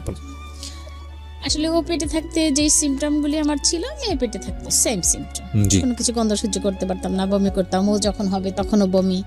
কিন্তু মানে যে হওয়ার সময় যে সেটা অতটা সমস্যা হয় নাই, ও একটু মানে মানে একটু কিছুটা, অত পেইন তো মেয়ে হয়েছে 3 দিন পেইন, আর ও হয়েছে আমার 3টা পেইন হয়েছে। কিন্তু ভাইয়া হওয়ার পরে একই ক্লিনিকে, আচ্ছা, একই বেডে, হুম, একই জায়গায়, একই সিটে, সেখানে আমাকে ডাক্তার সাহেব বললো যে আপনি অ্যাম্বুলেন্সে কেন এলেন না। বুঝতে পারি না, রিক্সায় গেছি, তো কাছেই তো, খুলনা ফাঁকা ফাঁকা রাস্তা। মানে পেইন উঠলে আপনি রিক্সা করে গেছেন? আর একটু সমস্যা হয়েছিল একটু, আচ্ছা আচ্ছা, তো এটা বললো যে ওইটার সময় আপনার হয় না, উচিত হয় না, তো সিজারের জন্য সবকিছু রেডি করো, লাগে না, আচ্ছা, normal delivery, normal delivery. But ওকে দেখে ভাইয়া জানি না মায়ের মন না কি আল্লাহ দিল, বুকের ভিতর আমার এমন একটা মোচড় দিল কেন। ওকে দেখতে কেমন জানি একটু মানুষের মতো লাগলো না আমার কাছে, মনে হলো কি নাক মুখ সব সমান। তখন আমি এক ভাবি, আমার মা জাননি তখন, আমার ভাই আবার 13 বছর বয়স, 13 বছর পরে হামবুর্গ থেকে আসলেন, বিয়ে করে ওইদিকে বরযাত্রী যাচ্ছে, আমারও হলো। আচ্ছা আচ্ছা, তো আমি মাকে তো এই সময় কাউকেই বলতে পারি না আসো, এটা আমি মনে করি থাক, আমার আগে বেবি আছে, অসুবিধা নেই, আমি পারবো। আর আমাকে অনেক হেল্প করে, আমার যে হেল্পিং হ্যান্ড আছে ওরা ফুল ফ্যামিলি আমাকে হেল্প করে, না খেয়ে আমার বাসায় বসে থাকবে তারা। এখন ও হলো পরে ওর ট্রেতে দেখে আমার না শুধু হু হু করে আমার কান্না আসতেছে। আমি ভাবিকে পাশের এক ভাবি নিয়ে গেছিলাম, আমি বলছি ভাবি, ওর বাবা তো বাইরে, আমি বলছি ভাবি দেখেন তো সব ঠিক আছে, হাত পা মাখ, হ্যাঁ দেখেন, আমি বলছি ভাবি ছেলে, হ্যাঁ খুশিতে তো আমি মানে একদিকে খুশি, কিন্তু আরেকদিকে ভাইয়া বুকের ভিতর খামচায় কেন। আর কিছুক্ষণ পর থেকে শুরু করলো কান্না। বাচ্চা তো কান্না করবেই, কিন্তু কান্নাটা না অস্বাভাবিক কান্না, এই মানে খিচুনি উঠলে যেরকম কান্না, খিচুনি কখন দেখেছেন আপনি? আমি জানি না খিচুনি দেখেছেন কিনা, এমন বাঁকা হয়ে যায় মানুষ, মানে ধনুষ্টঙ্কার রোগীর মতো, হ্যাঁ এরকম এরকম পিঠটা এমন হইতো, আর পা আর মাথাটা এরকম থাকতো ইসে ট্রেতে। ও ঠিক ওই খিচুনির মতো একটা হইতো কান্না। তো রাত ভোর ওর বাবা আবার ওর বোনটাকে নিয়ে আসলো, গিয়ে এশা, মেয়ের নাম এশা, এশাকে আনলো, আমার ভাই হয়েছে, সে এসে কোলে নিল ওরে। কিন্তু ওরা চলে গেল, আমি সারা রাত আর ঘুমালাম না, ফিডিং করে না সে, নার্সরা এত চেষ্টা করতেছে, তা করে না, কান্না কান্না কান্না। 3 দিনের দিন আমি চলে আসলাম হসপিটাল থেকে, তেমন সমস্যা হয় না আমার, মেয়ের সময় যা হয়েছিল ওর সময় হয়নি, ও হয়েছে 10.5 পাউন্ড, কিন্তু আমার কোনো সমস্যা হয় নাই, আল্লাহর রহমতে। বাসায় আসলাম, কিন্তু ভাইয়া মন তো মানে না, বাসায় আসার পর থেকে দেখলাম কি ওর পেটের এই চামড়াগুলি আস্তে আস্তে আস্তে আস্তে ফাটা ফাটা ফাটা ফাটা। মার্চ মাসে কিন্তু গরম, শীত শীত ভাব, তখন শীত থাকতো, 91-তে না শীত ছিল, তো এরকম এরকম চিট ধরে ফেটে ফেটে গিয়ে রক্ত মুখো হয়ে গেছে। আচ্ছা, তুই রক্ত মুখো কেন হলো? ওর বাবাকে আমি বললাম তুমি যাবা ডাক্তারের কাছে? নাকি আমি যাবো, আমি কিন্তু যাবো, আমার তো আছে প্রবলেম আছে। এখন সে বলছে না না না তোমার লাগবে না। আরেক ভাবিকে নিয়ে সে কখনো কোনো মহিলাদের কথা বলতো, কিন্তু ওরকম মানে ওরকম তাকানোর মানে কে কিরকম মনে হয় সে কোনোদিন দেখেনি তার, আমি ছাড়া নিখুঁত ভাবে কাউকে দেখা তো প্রশ্নই ওঠে না। আমার মাকে দেখেছে, আর তার মা বাবা সেটা আলাদা, আমিই দেখি নাই তাদের। তো ওরে নিয়ে আরেক ভাবিরে নিয়ে এক রিক্সা চলে গেল। আমি বলছি আমি যাব, চলে গেল, গিয়ে ডাক্তার কামরুজ্জামান একজনই ছিল শিশু স্পেশালিস্ট, তাকে দেখালো, বললো যে অসুবিধা নেই, একটু বেশি করে অলিভ অয়েল দেন, বাইরের তেল টেল ওসব দিয়ে না। আমি তো মানে আমি ছেলে হবে আমি জানতাম না, কিন্তু আশা করছি একটা ছেলে হইতো তাহলে আমি পরে আর বাচ্চা টাচ্চা নিতাম না, 2টা মানুষ করি। যাই হোক ছেলে ওই কিন্তু ওর ভিতরে কোনো স্বাভাবিক কিছুই দেখি না, সারা রাত চিৎকার করে, ওর বাবা কতক্ষণ নেয়, আমি কতক্ষণ নেই, আমি আমার নিচে সেলাই আছে অনেক, সেইগুলি নিয়ে আমার কত বসতে করতে অসুবিধা। আমার হাজবেন্ড একদিকে আমাকে ড্রেসিং করে, মেয়েটা অসহায়ের মতো থাকে, মেয়ের দিকে তাকাতে পারে না, ও তো ছোট একটা মেয়ে, 3.5 বছর তার বয়স। এই ভাইয়ের জন্য সেও ঘুমে থেকে উঠে তাকায় থাকে, ওর পাশে আমি যে একটা মেয়েকে ঘুমাইতে দেই ওর সাথে, সেও উঠে বসে থাকে, তোমরা ঘুমাও। এই করতে করতে ছেলে বাড়তেছে। আমি ঢাকা নিয়ে এসেছি, ডাক্তার টি চৌধুরী এমআর খান সাহেবকে দেখালাম, তারা বলে কোনো সমস্যা নেই, কোনো সমস্যা নেই। আপনি কি ফার্স্ট মা? আমি তো পাগল কেন? আপনি পাগল, এতে ছেলে স্বাভাবিক, ওকে। আসলাম, আবার চলে যায়, ভাইয়াদেরকে বলি, একটু একটু বলতে সাহস পাই না বেশি, কিন্তু ওর বাবাকে বলি, ওর বাবাকে জ্বালায় শেষ করে দেবে রাত দিন। তুমি আমার জানো না আমার ছেলের সমস্যা, আমার ছেলের সমস্যা আছে, আমার ছেলের সমস্যা আছে। না, সে স্বীকার করেই না, সে বলে যে কেউ স্বীকার করে না, সে বলে দেখো নীলু তুমি করো না, সমস্যা আছে, তুমি কি করবা করো, আমার যতটুকু অ্যাবিলিটি আছে তুমি তাই। ভাইয়া ফুড ইন্সপেক্টর সে সময় তো বিয়ে দেওয়ার জন্য মানুষ পাগল, কিন্তু আসলে কিসের জন্য পাগল সেটাও জানি। ছেলে ভালো, পড়াশোনা, ঘর ভালো, বাড়ি গাড়ি, মানে ঢাকায় বাড়ি না থাকলে গেছে অনেক ধন সম্পদ, কিন্তু আসলে হলো ফুড ইন্সপেক্টর মনে করে না জানি কত টাকার অনেস্ট। ওই 2 নম্বরই ব্যাপার স্যাপারটা। হ্যাঁ, কিছুই না, কোনো কিছু, সে কিছু না, সে সলিড বেতন বলছে নিল। আরেকটা আছে তাদের সরকারি একটা নাকি পার্সেন্টেজ আছে, ওগুলো আমাকে বলতো না। একটা সরকার নাকি দেয় 100 টন গেলে এই দেয়, মালটাল গোডাউনের মালটালের ব্যাপার আছে, এটা সরকারি পাওনা, এটা তার ন্যায্য পাওনা। তো বলতো কি নিল আমার যা আছে ওইটুক দিয়ে তুমি ওরে যা পারো করো। আমি ওরে নিয়ে ঢাকা আসতাম, ওই মেয়ে খুলনা রেখে এই করতে করতে আমি 95-তে আমি বললাম আমি ঢাকা থাকবো, খুলনা থাকবো না, তুমি থাকো। আমি ছেলে মেয়ে নিয়ে চলে এসছি ঢাকা, এসে বাসা ভাড়া নিলাম, ডাক্তার দেখাবো, স্কুলে ভর্তি করবো, গেলাম সুইট বাংলাদেশে। আচ্ছা, সুইট বাংলাদেশ সিম্পটম কি দেখেছিলেন ওই সময়টাতে? আপনি নিজে সিম্পটম কি দেখলেন যেটা দেখে মনে হচ্ছে? দেখলাম যে ও শুধু জিদেই করে, মাথা ঠুকায়, আর যা মানে বলতে পারে না, কিছু কথা বলে না। আচ্ছা আচ্ছা, কথা বলবে না কেন? আমার ছেলের এত বছর বয়স হলো, 14 মাসে সে বলছে কি কি কি কি সারাক্ষণ আর কান্না, গড়াগড়ি, চিৎকার। আমি শুকাই এমন হয়ে গেলাম ভাইয়া। সবাই বলতো কি হয়েছে, কি হয় গ্রামে বলে সত্যিকা মতিকা এরকম একটা কিছু বলে যে এরকম কিছু হয়েছে নাকি তোমার। আমি ওই কারো কথায় কোনো পাত্তা দিতাম না, আমার জগৎ হয়ে গেল ভিন্ন। কিসের খাওয়া, কিসের পড়া, কি করব, ফিটিংও করতো না, মুখ দিয়ে জোর করে চামিচ দিয়ে ঢুকাই দিতাম, খেত না। ভিতরে যে ভাই আমার জ্বলে পড়ে যাচ্ছে, আমার কি ছেলের স্বাভাবিক না, কিন্তু কি তা আমি বুঝি না। সমস্যাটা কেউ বুঝিও। আর আমার ভাইরা ঢাকা আসে বলতো কি বোকার, তো বোকারা একটু বাচ্চা কাচ্চা নিয়ে এরমই করে।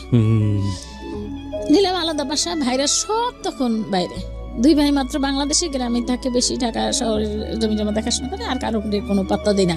আমার যা মন চায় আমি তাই করি।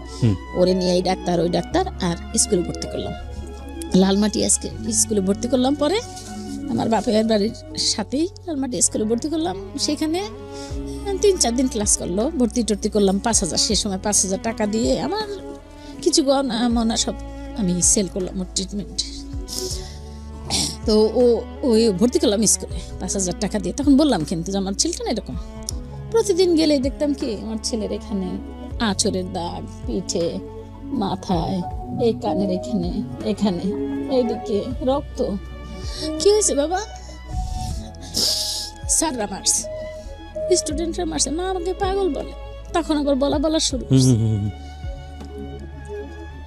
আমি বললাম যে আচ্ছা কয়দিন দিয়ে বেশি কি আমার বাপের বাড়ি রেড়িয়ে দিছিলাম, ভাবলাম যে মোহাম্মদপুরটাকে বাপের বাড়ি এই বলি আর কি। তো বললাম যে মাদারীপুর তো আর কোনোদিন যাই না। তো বললাম যে বাজান তোমাকে বলে, আচ্ছা ঠিক আছে, কয়দিনই করে আমি আবার ওই স্কুলের টিচারও হলাম। বললাম কি যে আমাকে দেন, আমি পয়সা নেবো না, আমার ছেলেটা একটু থাক, কারণ সমাজ দরকার তো ওর। আমার মনে হয় মানুষের সাথে মিললে ওই হবে।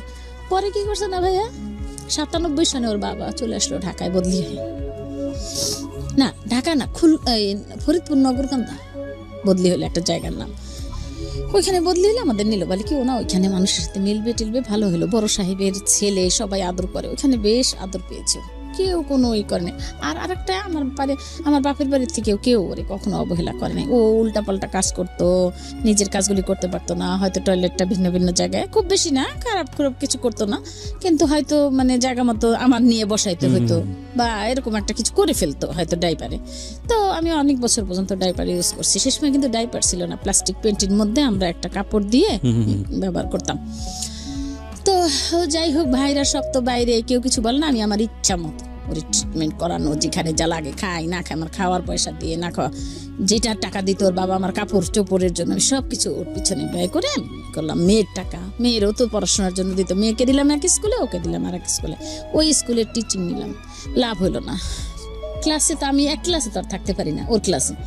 এখন দেখা যায় কি ওর ক্লাসের বন্ধুরা বড় হয়ে যায়, ও ছোট, তারপর ওইখান থেকে নিয়ে ওই গেলাম নগরকান্দা থেকে ফরিদপুর থেকে ওরে গিয়ে বেশ 2000 সালে আমরা ঢাকায় আবার আসলাম। ওকে ওই 3 বছর ও খুব আরাম করলো, স্কুলে গেল আসলো, বড় সাহেবের ছেলে, ও এসে বলতো মা শাহেদ সাহেবের ছেলে আমি। তা আমি বলছি শাহেদ কি? তো ওই যে আমাদের সাবঅর্ডিনেট যারা থাকতো তারা তো খুব আদর করতো। আমি বললাম হান্নান ভাই শাহেদ কি? বলে কি বড় সাহেবের ছেলে। বলে তো ও শুনছে শাহেদ। শাহেদ আমাদের ইলেকট্রিশিয়ান। শাহেদ আবার আমাদের ইলেকট্রিশিয়ান। আচ্ছা এখন ও বলতো কি মা আমি কি শাহেদের ছেলে? তাই আমি বলছি কি ওই বড় সাহেবের ছেলে। কথার ভিতরে কিন্তু ওর অগোছালো রয়েই গেছে, আচ্ছা ওর কথা গোছানো হচ্ছে না ভাইয়া। আমি যা বোঝার তা বুঝে নিয়েছি, কিন্তু সমস্যা বুঝতে তো পারি না। পরে আমি বলছি যা ইমার খান সাহেব ওই তালুকদার কারো কাছে আমি যাবো না, আমি যাবো ইন্ডিয়া। পয়সা টয়সা গুছায় চলে গেলাম। ওর বাবা বললো আসলাম ঢাকায়, বদলি আসলাম আবার 2000 সালে। আমি চলে গেলাম এই খিলক্ষেত এক বাড়ি করে এখানে আসলাম, সেটা একটা বাড়ি করে আসলাম। আসার পরে ভাবছি পরে ওর বাবা রিটায়ার করবে তখন এই করবো, বড় করে বাড়ি করবো আর কি। তখন করলাম, ওরে নিয়ে ইন্ডিয়া গেলাম 15 দিন। আমি আরো চিনি না জানি না ভাইয়া, একা। তখন তো অনলাইনে কিছু করা যায় না, বুঝছেন। তারপরে একা একা খুঁজে খুঁজে খুঁজে খুঁজে বলি নেই ওর বাবারে যে আমার ভয় লাগে বা কিছু এরকম। তখন তো মোবাইলও নাই ওরকম। তো এখান থেকে ওখান থেকে ফোন করতাম টিএনটি দিয়ে, পয়সা দিয়ে। ভালো আছি, বাসায় টিএনটি ফোন আছে, ওটা মেয়েরে রেখে গেলাম আমার ভাগ্নির কাছে। তারপরে ওইখানে ডাক্তার দেবাশিস চৌধুরী নিউরোলজিস্ট, উনি বললেন যে তার সিটি স্ক্যান করবে, এমআরআই আর যা যা দরকার ব্রেনের বুকের সবকিছু করে বললো যে একটা ব্যাপার আছে এখানে, রিলে রেসের মতো ব্রেনের তার এখান থেকে ওইখানে নেয়, ওইখান থেকে ওইখানে নেয়, এখান থেকে এখানে। মোট কথা হলো যে তার এইটা ব্রেনটা সবসময় কাজ করে না, ওই একটা ভেইন কোথাও কোথাও গিয়ে থেমে যায়। এখন আমি তো মানে এটা তো আমার কাছে আমি স্যাটিসফাইড না হলেও আমাকে মেনে নিতে হবে। বুঝলাম না সে কেউ দিল, কিন্তু আমার তো এটা বোঝার ক্ষমতা নাই যে কি হাজার হাজার লক্ষ লক্ষ ভেইন আমাদের, এটা আমি তো বুঝবো না। ওকে উনি যা বলছে হ্যাঁ এ সারা জীবন একে ব্যাকিং দিতে হবে। ওকে ওর যখন 40 বছর থাকবে, ওর যখন 10 তখন ও পাশের থাকবে, মেন্টাল এজ তার এরকম থাকবে সবসময়। ওকে, এই জিনিসটা আমি বুঝলাম। ওই যে ব্রেনের ব্যাপার বলছে ওগুলি তো আর আমি বুঝি নাই কিছু, কিন্তু ওইটা বলছে যে মেন্টাল এজ তার কম থাকবে, ওটা আমি ভালো করে বুঝে ফেললাম। আমার পা তো আর নড়ে না ভাইয়া ওখান থেকে। ও তো বুঝে না, ও বসা তখন ওর বয়স কত 7-8 বছর এরকম, তখন ওরকম। আমি ভাইয়া কান্নাও আসে না আর কিছুই না, আসতে আসলাম কি ওষুধ আছে কোনো, বললো যে ও যদি খুব বেশি চেতে চায় তখন ওরই হবে, ওই ব্রেন ভেইন ছিঁড়ে গেলে সারা জীবনের জন্য পঙ্গু হয়েছে, অ্যাবনর্মাল। তো এটার কি ওষুধ কি? এটার ওষুধ হলো একটা অক্সিটেল, একটা ওষুধ দিল যেটা একমাত্র মানে ইন্ডিয়াতেই পাওয়া যায়। তো কি করা, ওখান থেকে এতগুলি ওষুধ নিয়ে আসলাম, সারা বছরের নিয়ে আসলাম, দেখি না খুব বেশি কাজ। আসলাম বাংলাদেশে দিলাম, এই স্কুলে সেই একই অবস্থা, পাশের স্কুলে দিলাম ওই অবস্থা। একটা লন্ডন ইন্টারন্যাশনাল স্কুলে স্পা মিনারেল ওয়াটারের মালিক ছিলেন উনি, গুলশানে, ওনার কাছে গেলাম, যে লন্ডন ইন্টারন্যাশনাল স্কুলের মালিক, ওনার কাছে গেলাম, আপা আমার এই সমস্যা, আমার বাচ্চার পড়া লাগবে না, আমাকে একটা সমাজ দেন। তখন আমার মেয়ে বোধহয় ম্যাট্রিক পরীক্ষা দিল না, কীরকম হবে। তারপর আমি বললাম আপা আমি কি করবো, আর ওর বাবা বাইরে বাইরে চাকরি করে, ঢাকায় না, আসলেই কাপড়টা চেঞ্জ করতে পারবে না, চট করে চলো এটা কিনে। জুস এটা আমার ঘর ভরে গেল, পাড়া দিতে পারি না ঘর, ওই একই জুস সেট না দিলে রিক্সা থেকে আমারে ফেলে দেবে, আমার ধাক্কায় ফেলবে, একই জিনিস জুস সেট। একদিন কি করলাম আমি আর আমার মেয়ে বুদ্ধি করে ওইগুলা নতুন একটা প্যাকেটে দিলাম, বুঝে গেল, বুঝে গেছে, বলছে মা এগুলো আগে এই বালতি বালতি ভরে আমার বাসায় যে মেয়েটা ছিল ও বাড়ি গেলে নিয়ে যেত। কি করবো, কত রাখবো, জায়গা নাই তো, রাগারাগি তো করতে দেওয়া যাবে না, না দিলে রাগ তো করতেই পারবো না, তাহলে তো আমার খবর আছে। তো আমি সবসময় একটা কথা বলতাম যে দেখো তুমি এসো না, মেয়েটাও এসো না, আমার মেয়েটা যদি কাছে আসে আর ও যদি উল্টা পাল্টা জায়গায় একটা চর থাপ্পড় দেয়, আমাকে যাই আমি মরে যাই, কিন্তু তোমারে দিলে কামাই করে খাওয়াবে কি, ওর চিকিৎসা করবো কি দিয়ে? আর মেয়েকে দিলে মেয়েটা জীবন পঙ্গু হয়ে বিয়ে হবে না, একদিন বলবে মা তোমার এক সন্তানের জন্য দুইটাই শেষ, মা তুমি আসো না, ও তো আসতো মায়ায়।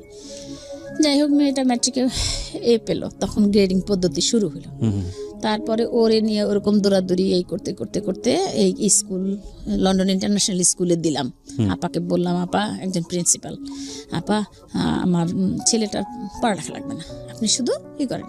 তো ওনার কয়েকটা স্কুল, একটা গুলশানে, একটা কোথায় উত্তরা আর একটা ধানমন্ডি। তো বললো যে আপনি উত্তরা যেহেতু খিলকাত উত্তরা দেন। তো উত্তরা দিয়ে ওকে ডে কেয়ারের মতো দিলাম। যখন ওকে দিলাম ভাইয়া, ওকে যখন স্কুলে দেওয়া শুরু করলাম 5-7 দিন পরে শুরু হলো আবার সেই একই। এখানে গিয়ে দেখতাম লাল হয়ে আছে। মানে শিক্ষকরা অত্যাচার করতো নাকি বাচ্চা কাচ্চারা অত্যাচার করতো? শিক্ষক বাচ্চারা সবাই, বাচ্চারা বলতো পাগল, টিচাররা মারতো। ওদের সাথে বনিবনা করে থাকতে পারিস না কেন, ওদের সাথে কেন? এখন আমি তো বলেই দিয়েছি যে ওরা যা পারবে ও পারবে না, তারা ফোরে ভর্তি করি। সেই আমরা একসময় পড়াশোনা করেছিলাম, আপনি আমি জানি না আপনি শুনছেন কিনা, যে একটা তৈলাক্ত বাঁশ দিয়ে বানর উঠলো, নিচে নেমে যেত, আবার তো মনে মনে জিদ হইতো বেটা নিচে নামে, বানরটা নিচে নামে কারি তেলেই দেয় কেন। তো ঠিক সেরকম আমার ছেলের অবস্থা। আমি মনে মনে ভাবতাম যে ও তো ওরকম ফোরে উঠবে আবার নিচে নেমে যাবে, এটা বলেই দিয়েছি। তার মা ভাইয়া প্রতিদিন আর তো ভালো লাগে না। এরপর একদিন গিয়ে শুনলাম কি দুপুরবেলা শুয়েছিল, রেস্ট নিয়েছিল, একটা মেয়ে নাকি ওকে একটা বাজে কাজ করছে। তারপরে এটা কে বললো? ও আচ্ছা, ও বলতে পারতো বিষয়গুলো? কি বলছে? বলার পরে আমি চিন্তা করলাম যে এই কথা যদি বলি কোন দিন বলবো, যেদিন আমি আমার ছেলেকে নিয়ে যাব। কারণ এটা বললে আলটিমেটলি ওকে বলবে যে আপনি নিয়ে যান। এক্স্যাক্টলি। চিন্তা করেন কি পরিমাণ টেকনিক্যাল হতে হয়েছে। এই বিষয়গুলো আজকে খুব মনোযোগ দিয়ে শুনবেন, কারণ আমরা বিশ্বাস করি যেহেতু উনি মা, ওনার জায়গা থেকে স্যাক্রিফাইস, মা তো মাই। আমি সবসময় বলি অনুষ্ঠানে, আমি জানি এটা হয়তো রিলিজিয়নের জায়গা থেকেও স্বীকৃত, একটা সন্তানের জীবনে বা একটা মানুষের জীবনের সবচাইতে সর্বোত্তম উপহার হচ্ছে তার মা। এবং মার জায়গা থেকে একটা সন্তান যাই হোক না কেন, আর কেউ না থাকুক, মা থাকবে, এটাই সত্য। কিন্তু আমাদের সমাজে সবকিছু মিলিয়ে একটা মানুষকে, একটা বাচ্চাকে বড় হতে হয়। এবং এই যে ওনার যে ফাইটটা বা আজকে যে গল্পটা আপনি শোনা শুরু করলেন মাত্র, আমি বিশ্বাস করি বাংলাদেশের অসংখ্য মা এরকম ডিফারেন্টলি, যারা অ্যাবল, আমরা বলি ডিসেবল, আমরা বোঝার জন্য বলি প্রতিবন্ধী। তো এই যে কমিউনিটিটা আছে, ইটস আ লার্জ কমিউনিটি সারা ওয়ার্ল্ডে। বাংলাদেশেও একটা বৃহত্তর কমিউনিটি, বিভিন্ন শ্রেণীতে বিভিন্ন পর্যায়ে আছে। তাদের যে ফাইটটা, সেটা আমাদের জানা জরুরি। নইলে আমাদের সমাজের যে পারসেপশন, আমাদের সমাজের যে দৃষ্টিভঙ্গি, সেটা চেঞ্জ হবে না। এবং সেটার জন্য আজকের এই অনুষ্ঠানটা ক্ষুদ্র হলেও একটা বড় ভূমিকা রাখবে আমি মনে করি। জি বলুন, তারপর কি করলেন? তারপরে আমি ভাবলাম, যেদিন ওইটা ও বললো যে মা আমার সাথে ও এরকম খেলা করছে, তখন আমি বললাম যে কে? প্রিয়াঙ্কা। ওর এখনো মনে আছে সে নাম। এখন আমি নিচে বসে ভাবলাম যে আজকে আমি যদি বলি তাহলে আমাকে নিয়ে যেতে হবে, আর নাই বলি তাহলে এই জিনিস হতেই থাকবে। এটা কি ছিল, ক্লাসমেট ছিল নাকি কোনো টিচার ছিল? সে বড় ছিল, ক্লাস 5-6 এর মতো হবে। মেয়েটা অ্যাডাল্ট মোটামুটি, ওকে, বোঝার কথা, ওকে, এই জিনিসটা বোঝে সেটা। তখন আমি কি করলাম, পরের দিন বাসায় গিয়ে এসে চিন্তা ভাবনা করে ওর বাবাকেও বললাম না, ওর বাবা নাই কাছে। তখন কেবল মোবাইল শুরু হয়েছে, দুজনে দুটো মোবাইল নিয়েছি, আমিও আমার হাজবেন্ডও TNT ফোন তো আছে। তো আমি কি করলাম, ওকে পরের দিন যে ব্যাগ নিলাম না, গিয়ে আমি আর প্রিন্সিপালের সাথে হাজার চেষ্টা করেও আর দেখা পেলাম না তার। যাপা আমি এই বলেছিলাম, এখন এই হলো। তো একটু ভাবছি আসার সময় বলে আসি, পারলাম না বলতে। আমাকে বলে টিচাররা, পাগল ছাগল ছেলে মায়ের কাছেই রাখতে হয়। তখন আমি বললাম যে দেখেন, যখন ভর্তি করছিলাম তখন তো কথাটা বলেন নাই। আমি কে ভর্তি করছি? আমি আপনাদের হেড যে, তার কাছেই তো আমি গিয়েছি, ওই গুলশান সারে। তো সেই তো আমাকে ট্রান্সফার করছে এখানে, না হলে তো আপনারা নিতেন না। পাগল হোক ছাগল হোক, আমার ছেলে মেয়ে আমি বুঝবো, কিন্তু আপনি যদি না নিতেন তাহলে আমি জোর করে দিতাম না আপনাকে ভাইয়া। বলে আমি তাকে নেমেছি, আজকে শেষ, আমি আরই করবো না। তবে আপনি আপনারা যে লাঞ্চের পরে ছেলে মেয়ে এক জায়গায় দেন, এটা দিয়েন না, এটা ঠিক না। এটা বলে আমি ওইখানে ওর তোষক রইলো, তারপর বিছানা বালিশ সব রেখে, কারণ আমি ওইটা আনতে গেলে আমাকে 5 কথা শোনাবে, ওই ধৈর্য আমার নাই। একদিকে ছেলের কথা আর একদিকে এইটা, মেয়ে থাকে, মেয়েটা সুন্দরী, আমার মেয়েটাকে দেখেন ছবিতে, খুব সুন্দরী মেয়ে, আল্লাহর অশেষ রহমতে। এখন আমি এই মেয়ে রেখে যাই, এই আমার এক টেনশন। ওকেও আমি আবার এখন উত্তরায় মাইলস্টোন এসে ভর্তি করে দিলাম কলেজে। এখন ওই দুজনকে নিয়ে যাই, এখন ওরে নিয়ে যাই সাথে, আর মেয়েকে নিয়ে যাই। মেয়েকেও তো আমার পাহারা দিতে হবে, আর মেয়ের সাথে আমার একটা অভ্যাস আছে, আমি ওই কলেজের বা স্কুলের স্যারদের সাথে খুব কমিউনিকেট করি। আচ্ছা, ভেরি গুড। আমি সব সময়, এটা আমার একটা মানে ব্যাড হ্যাবিট বলুক যাই বলুক, এটা ভালো, তো অভিভাবক হিসেবে খুবই ভালো। হ্যাঁ, তারা বিরক্ত হোক যা হোক, একবার না করি আরেকবার করি, যখন বুঝি না এই টাইমে এটা আমি বুঝে করি। আচ্ছা, যে কোন টাইমে ক্লাস নাই বা এরকম আর কি, যাই হোক। তো আমার সাথে গোপনে একটা স্যারদের সাথে সম্পর্ক থাকতো, ওই সম্পর্কটা যে মেয়ে ক্লাসে আজকে 5 মিনিট দেরি করছে বা আসে নাই, এটা একটা থাকতোই। তো এরকম আর কি। যাই হোক, তো মেয়েটাকে আস্তে আস্তে আমি আবার একটু ই করলাম, আমি আর আমার হাজবেন্ড ওর বাবাকে বললাম, দেখো ছেলে তো বুঝতেই পারলা এরকম, এখন বলো আমি মেয়েকে কি বিয়ের ব্যবস্থা করব? ও আমরা আমেরিকা যাওয়ার জন্য, তখন ভাইরা আমেরিকা চলে গেল, ভাবলাম ওই এই দেশে তো কোনোদিন এরকম হবে না কিছু, তা আমি বাইরে চলে যাই আমেরিকা যাওয়ার জন্য। আমরা সবাই প্রিপারেশন নিয়ে আমেরিকা এম্বাসি ফেস করলাম, দিল না ভিসা পেলাম না। আচ্ছা। আর এমনই দুর্ভাগ্য যে প্রতি লটারি ডিবি সবাই পায়, আমার ঘরে সবাই পাচ্ছে, ভাই ভাবিরা পাচ্ছে, তাদের ভাইরা পাচ্ছে, বোনরা পাচ্ছে, আমি পাই না। আমার ভাই বোন কেউ আমরা লটারিতে পারি না, তারা এমনি যাচ্ছে, লটারি পাই না।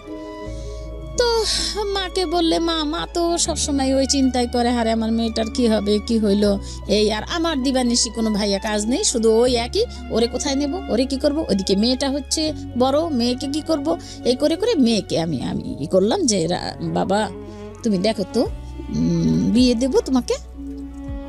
প্রথম তো তেলে বাগুনে চেচ্ছে, কোনো মতেই পারলাম না। ওর বাবাকে খুব ভালোবাসতো সে, বাবা ভালোবাসারই লোক, তারে ভালো না বেশে কারো উপায় নেই, সোজা কথা, তাকে ভালোবাসতেই হবে, আপনিও বাসবেন। বাহ, বিউটিফুল। আমার কথা হলো যে আপনি পাশ দিয়ে একটা লতা পাতা একটা শিয়াল গেছে, সেও বলবে ভদ্রলোক ভালো, মানে ওর জবান খুলে দিলেও বলবে এটা।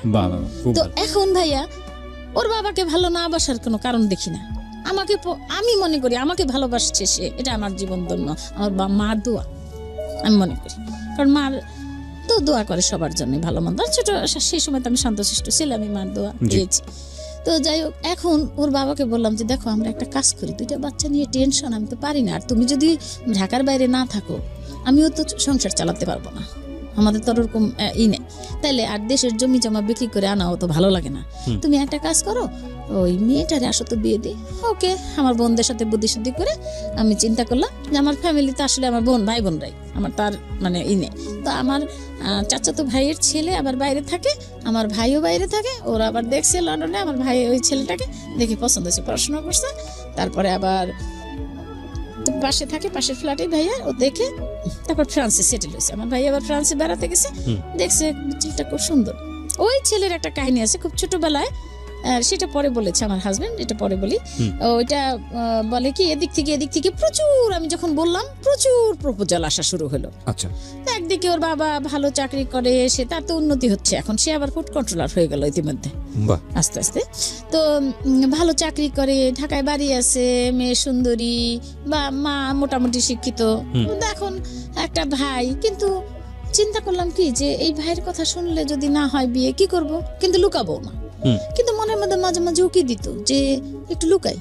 ওকে, তো যাই হোক, এরকম করে করে যখন কয়েকটা প্রপোজাল একদম কাছাকাছি, এর মধ্যে আমার ওই ছেলেটা পছন্দ হলো সবার।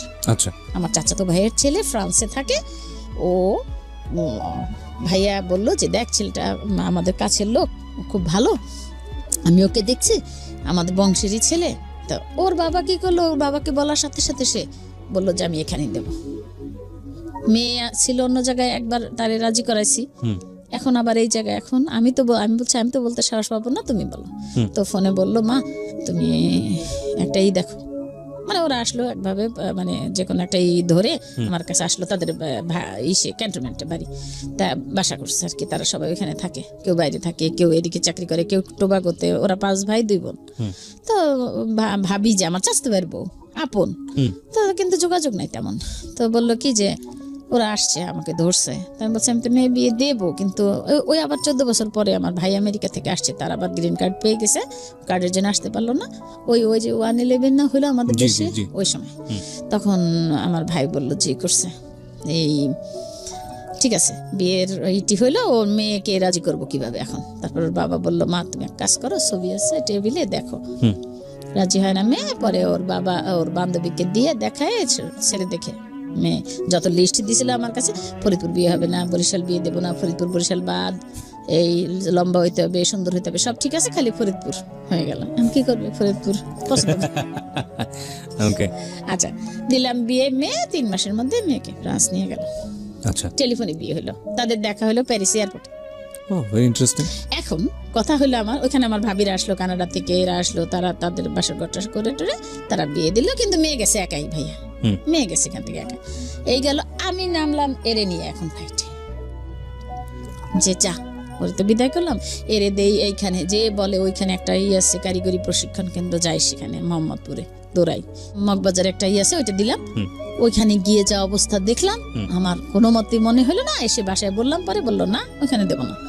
দিলাম নর্মাল স্কুলে, ওইখানে হলো নানান সমস্যা। এখন স্কুল দিলাম একদম বাদ। বাসায় কম্পিউটার আমার মেয়ের ছিল, কম্পিউটারে আমি মেয়ে গোল্ডেন A+ পাইলো, কিন্তু ইন্টারমিডিয়েট। Very good. তারপরে বিবিএতে ভর্তি করছিলাম জাহাঙ্গীরনগরে। আচ্ছা, ওই সময় বিয়ে শাদী হয়ে গেছে? ওই সময় দিয়ে দিলাম। পরে ফ্রান্স থেকে পড়াশোনা করেছে? পরে ওখানে ডিপ্লোমা করছে অনেক। মেয়ে খুবই ব্রিলিয়ান্ট, আর বাবার মতো। মাশাআল্লাহ। তারপরে ওখানে অনেক ডিপ্লোমা, মানে গ্রাজুয়েশন করে না, ডিপ্লোমা করছে অনেকগুলিতে। তারপরে ভাষা, সে তো মানে ওই যে বাংলাদেশে 3 মাস ছিল, সে মানে জামাইর চেয়ে আগে তার ভাষা এখন বলে মা আসে। আর আল্লাহর মতে জামাই খুব ভালো। মা শাশুড়ি বলতে সে অজ্ঞান, এবং এই আজকে 13 বছর বয়সে পড়েছে শাশুড়ি হওয়ার আমার, সে আমার কোনো ত্রুটি এ পর্যন্ত খুঁজে পায়নি। মাশাআল্লাহ, খুব ভালো। যাক, এখন কথা হলো ভাইয়া, ওকে নিয়ে দৌড়াদৌড়ি করতে করতে করতে করতে একটা টাইমে আমি স্কুল সব বাদ দিয়ে দিলাম ইসে 10-12টা স্কুল, তো না আরো বেশি হবে, দিলাম কম্পিউটার ট্রেনিং একটা আমার পাশে দিয়ে আসলাম। ভর্তি টর্তি করে 7,000 টাকা কোর্স দিলাম, জানি তো কি আর কোর্স করবে। তারপর দেওয়ার পরে সে একদিন ক্লাস করলো, আমি নিয়ে আসলাম। পরের দিন দেখি কান্না করতে করতে আসছে। কি হয়েছে? মা, গুনাহ কি, ভালো না মন্দ? গুনাহ। আমি গুনাহ বুঝতে পারছি, গুনাহ ভালো না। মা, তাহলে তুমি আর বাবা গুনাহটা করলা? এই প্রশ্ন আপনাকে করেছে? আমার ছেলে আসলো, গেটে ঢুকেই বলল, মা গুনাহটা তুমি আর পাপা করলা কেন? বুকে জড়াই ধরলাম। কি হয়েছে বাবা? বললো, মা আমাকে একজনে বলছে ওর বাবা মা কি যেন গুনাহ করছে, তার ফল। ভাবছিলাম ভাইয়া চোখে পানি আনবো না, কারণ আমার আজকে এত সুখের দিনে আমি আর সেই দুঃখের বা কষ্টের কথাগুলো আমি বলতেও মানে বলবো বলেই আসছি, কিন্তু আমি চোখে পানি আনবো না, কারণ আমার এখন অনেক সুখ, আমি সব ভুলে গেছি। আপনি বলেন, কারণ আমি জানি বাংলাদেশের অসংখ্য মাকে এই প্রশ্নের মুখোমুখি হতে হয়। সমাজে আজকে একটা এই ধরনের, আমি মনে করি আমাদের ওই যে প্রতিবন্ধী শব্দটা ইউজ করি, আমাদের এই সমাজের এই যে চিন্তাটা, এই জায়গাটা প্রতিবন্ধী, এবং এই জায়গাটা একটা কোষের মানে থাপ্পড় দেওয়ার সময় আসছে। কারণ বাবা মাকে আপনি তো ফাইট করেছেন, আমি এরকম গল্পও জানি যে সমাজের অনেক উঁচু তলার লুকায় রাখে। আপনি যেটা মনে আছে, একটু আগে অনুষ্ঠান শুরু হওয়ার আগে আমাকে বলছিলেন গল্পটা, লুকায় রেখেছে, পরিচয় দেয় না। এবং এটার জন্য বাবা মাদেরকে দোষ দিয়ে লাভ নেই, কারণ যারাই বের হন ঘর থেকে, তাদেরকে প্রথম যে কোশ্চেনটা ফেস করতে হয়, কোনো সন্তান যদি এভাবে দুনিয়াতে আসে, নিশ্চয়ই বাবা মায়ের কোনো দোষ ছিল, যে কারণে আল্লাহ শাস্তি দেওয়ার জন্য এটা দিয়েছে। এটা যে কত বড় গুনাহের কাজ, এই কথাটা বলা, এই চিন্তাটা যারা করেন, তারা যে আসলে বুদ্ধিগতভাবে কি পরিমাণ প্রতিবন্ধী, এটা বলার অপেক্ষা রাখে না। আল্লাহ মাফ করুক। তো তারপরে কি হলো? এখন আমি ওকে জড়াই ধরে ভিতরে এসে বললাম, আসো এদিকে আসো, কোনো অসুবিধা নেই। তো আর অনেকক্ষণ মনে রাখতে পারে না, একটা জিনিস তো ধরে রাখে না, ও খেলায় মেতে আছে। কিন্তু যা হবার তা তো আমার হচ্ছে, যে এই তো আমার শুরু হলো, ছেলে বড় হচ্ছে, তখন বয়স তো বাড়ছে, সে কি করব আর কত, এরকম বাইরে যাওয়া হলো না, আমেরিকা হলো না, তাহলে কানাডায় চেষ্টা করি, তা না হলে কোথাও বিদেশে চেষ্টা করি। মেয়ে আবার অনেক চেষ্টা করছে বাইরে যাওয়ার। আমি মালয়েশিয়া ট্রিটমেন্টের জন্য গেলাম, ওরে নিয়ে সিঙ্গাপুরে গেলাম, ইন্ডিয়া আবার গেলাম ওরে নিয়ে, চেন্নাই, ভেলোর। ভাই আসলে কোনো কাজ হবে না, কাজ নাই, এর কোনো ট্রিটমেন্ট নাই। এখানে হলো ট্রেনিং তাদেরকে, কিন্তু ট্রেনিংটা দিবে কে? কথাটার উচ্চারণটা তো হচ্ছে না। এই কি জিনিস, এটা কি অসুখটা কি? প্রতিবন্ধী তো কোনো অসুখ হতে পারে না। এর একটা তো অবশ্যই, এখন যেমন যেটা NDD, neuro developed disorder, ASD, autism spectrum disorder, ADSD, এটাও অটিজম স্পেকট্রাম হাইলি ডিসঅর্ডার। এরকম এগুলো ওর আপাতত ভালো করে যে আমাদের প্রেসিডেন্ট তো মানে এই এগুলাতে আমাদের বাংলাদেশে এনডিডির মধ্যে উনি প্রধান, ওর চেয়ারম্যান যে সাজিদুর রহমান ড্যানি, বিটিসির। তো ভাইয়া কি করলাম, ঘরেই এখন রাখা শুরু করলাম, আর কিছু দেব না কোথাও, যা ঘরে বসে খেল, লাখ টাকার সে কম্পিউটার দিয়ে গেমস খেলা, আর প্রতিদিন আমার এতগুলি সিডি কেনা, এই সিডি ভালো না, এটা সেভ হয় না, আরেকটা আনো, আরেকটা আনো, আরেকটা আনো, এই উত্তরা দৌড়ানো, আইডিবি দৌড়ানো, Games এই খেলতো। হয়ে গেল আমার কাজ। গেমস খেলতো। গেমস এই খেলবে। আর আস্তে আস্তে বড় তো হচ্ছে, সেটাও বুঝতে পারলাম যে সে বড় হচ্ছে। ওর বাবা হঠাৎ করে অসুস্থ হলো। হুম। ওর বাবা অসুস্থ হলো, আমাকে বলে না, একা একা ডাক্তার দেখায় সে, কিন্তু যখন পারে না তখন ল্যাব এইডে ডাক্তার দেখালো। ল্যাব এইডে ডাক্তার লুৎফর রহমান সাহেবকে দেখালো, না তার অ্যাসিস্ট্যান্টকে। লুৎফর রহমান সাহেব তো সার্জারি করে। তারপরে এনজিওগ্রাম করানোর পরে তার হার্টের যে একদম করোনারের যে মেইন ইটা, ওইটায় 75%, আর 4-5টা হলো 60-70 এরকম ব্লক। My goodness. এখন আমাকে বলে কিছু না কিছু না কিছু না, আমি বলছি কি না, তার আগে যখন টেস্ট করছে তখন বলে কিছু না কিছু না, কিন্তু আমি দেখতেছি তার কোলেস্টেরল হলো 252, আর টিজি যেটা সবচেয়ে যে খারাপ এটা, সেটাও 282 না কত এরকম। তো আমি কিছু অনুমান করছি, কোথাও যাওয়া লাগে না। তা আমি আমার মতো করে বললাম যে দেখো ডাক্তার দেখাও, আমাকে ফাঁকি দিয়ে তো লাভ নাই, শরীর তো তোমার। বাইরে যায় একদিন হিট স্ট্রোক, বললি কি হিট স্ট্রোক করছে, বাসে অজ্ঞান হয়ে পড়ে গেছে। আমি বলছি তোমার হিট স্ট্রোক না, তোমার হয়েছে, তোমার হার্টের প্রবলেম। তারপরে এনজিওগ্রাম করায় ওইটা, সে এনজিওগ্রাম করানোর পরে একদিন ইসে রাখে তো আইসিইউতে। আমি আবার বললাম কি সিডি নিয়ে আমি আর আমার ছোট বোনের জামাই চলে গেলাম লুৎফর রহমান সাহেবের কাছে। উনি বললো যে এই অবস্থা, তাকে অ্যাজ সুন অ্যাজ পসিবল আপনি করেন, অপারেশন করতেন। তো সে সময় চায়, তার কাজ আছে অনেকে, সে তখন কালিয়া করে ডিস্ট্রিক্ট কন্ট্রোলার ফুড। তারপরে সে খুঁজে পায় না, তাহলে মেয়ে বললো কি বাপার যখন এই অবস্থা, মেয়ে দিক দিয়ে আবার বেবি হবে, বাপার যখন অবস্থা। এরপর মেয়ে একবারে ঘুরে গেল, নাতির 11 মাস বয়স, জি প্রথমটা। জি। তো বললো যে মা করো না, বাবাকে ও শুনলো, বাবাকে হয় সিঙ্গাপুর না তো বামরুনগড়াতে নিয়ে যাও, আমি টাকা দেবো, এটা বিয়ে সম্পূর্ণ আমার। তো বললো যে ঠিক আছে। ওর বাবা শুনে টুনে আমার কাছে বললো আচ্ছা ঠিক আছে। সে আমার বোন থাকে ধানমন্ডি, আমার ইমিডিয়েট বড় বোন, তাকে আমার বোনদের সবাইকে সে রেসপেক্ট করতো। সে ওই বোনকে খুব ভালোবাসতো, বড় আপাকে ভালোবাসতো। বড় আপা নাই, সে আমার ওই বোনকে বলতেছে যে আপা আমি গেলে তো ও আর আমি দুইজন, আর এখানে থাকলে আপনাদের পাবো আপা। আমার না ওই যে অনেক হসপিটাল ভাল লাগে না, নোংরা, এটা ভাল লাগে না, মানুষ বেশি, হ্যান ত্যান। আপা আমার না কলিগ কয়েকজন বা তাদের আত্মীয় স্বজন স্কয়ার হসপিটালে ডাক্তার অমুক আসছে ইন্ডিয়া থেকে, ওর হাতে প্রায় 200 জন অপারেশন হয়েছে, সবাই সাকসেস। তো আপা করি ওই ডাক্তার দেখাবো। তো আমাকে আমার বোন বললো কি তুই ওর এই নিয়ে পিড়ি করিস কেন, বিদেশ নিয়ে? আমি তো করি না, মেয়ে করে, আর এখন সমস্যা হলে তো আমাদেরই হবে, ভুক্তভোগী আমাদেরই। আমি কি করবো, আমার এই ছেলে মেয়ে দূরে, আমি তার নিয়ে দৌড়াদৌড়ি করবো, বলে কি তোর দৌড়াদৌড়ি লাগবে না, আমি ডাক্তার দেখাবো। সে ডাক্তার দেখাইলো, তা ডাক্তার মনে করছে ওই আমার বোনই, তার ওয়াইফ মনে হয়, বলতেছে আপনার হাজবেন্ড চায়, আমার বোনকে বলে সময় চায়, তার সময় দেয় কে? সময় তো আল্লাহ দিবে না তাকে। সে এই মতো বলছে ঠিক আছে। তা আমাকে বললো আমার বোন, সে আর বলে না, একটু নিঃশ্বাস নিতে কষ্ট হইতো, হাঁটায় কষ্ট হইতো, আমাকে বলতো না, আমাকে দেখলে বলতো কিছু হবে না, কিছু হবে না, কিছু হবে না, কিছু না। মানে আপনার ছেলে বলতো? আমার হাজবেন্ড। ও হাজবেন্ড আপনাকে সব সময় সাহস দিত? হ্যাঁ, কিছু হবে না, কিছু হয় নাই, মানে সে লুকায় রাখতো, কিছু হয় নাই। তারপরে যাই হোক কি আর করা, আমি ভাইয়া তার মানে একদিকে তো ভালো মানে রাগ ওঠে, রাগারাগি করি, আবার ভাবি রাগ করে লাভ কি, আরো বেশি কষ্ট পাবে, তাহলে ঠিক আছে দেখি আমার কি আছে কপালে। তা আমি যেখানে সে করে মানে তার চাকরি, তার যে অফিসার, আবার তাকে ফোন করলাম, করে আমি বললাম যে স্যার এরকম তো আমার হাজবেন্ডের এই অবস্থা, তার এত পার্সেন্ট এখন সে তো নেয় না, ছুটি নেয় না। তাহলে বললো যে কোরবানি ঈদের পরে আপনি করেন, যে কোনো একটা কোরবানি ঈদের পরে ছুটি নেন, ছুটি নিয়ে আপনি অপারেশন করেন। তো বলছে ঠিক আছে। তারপরে সেও বললো যে আচ্ছা রাজি, ঠিক আছে। সে ডিসেম্বর মাসে কোরবানি ঈদ তখন হয়ে গেল, অপারেশনের জন্য রেডি হলো স্কয়ার হাসপাতালে। স্কয়ার হাসপাতালে হাসপাতালে 3 তারিখে এনজিওগ্রাম করার পরে 5 তারিখে অপারেশন করলো। অপারেশন করার পরে আমাকে বললো 3টার সময় আসেন, খালি আপনারা একটা রুম নেবেন। আমি আবার 7,000 টাকা 5,000 টাকায় রুমে টুইন বেড শেয়ার করতে হতো।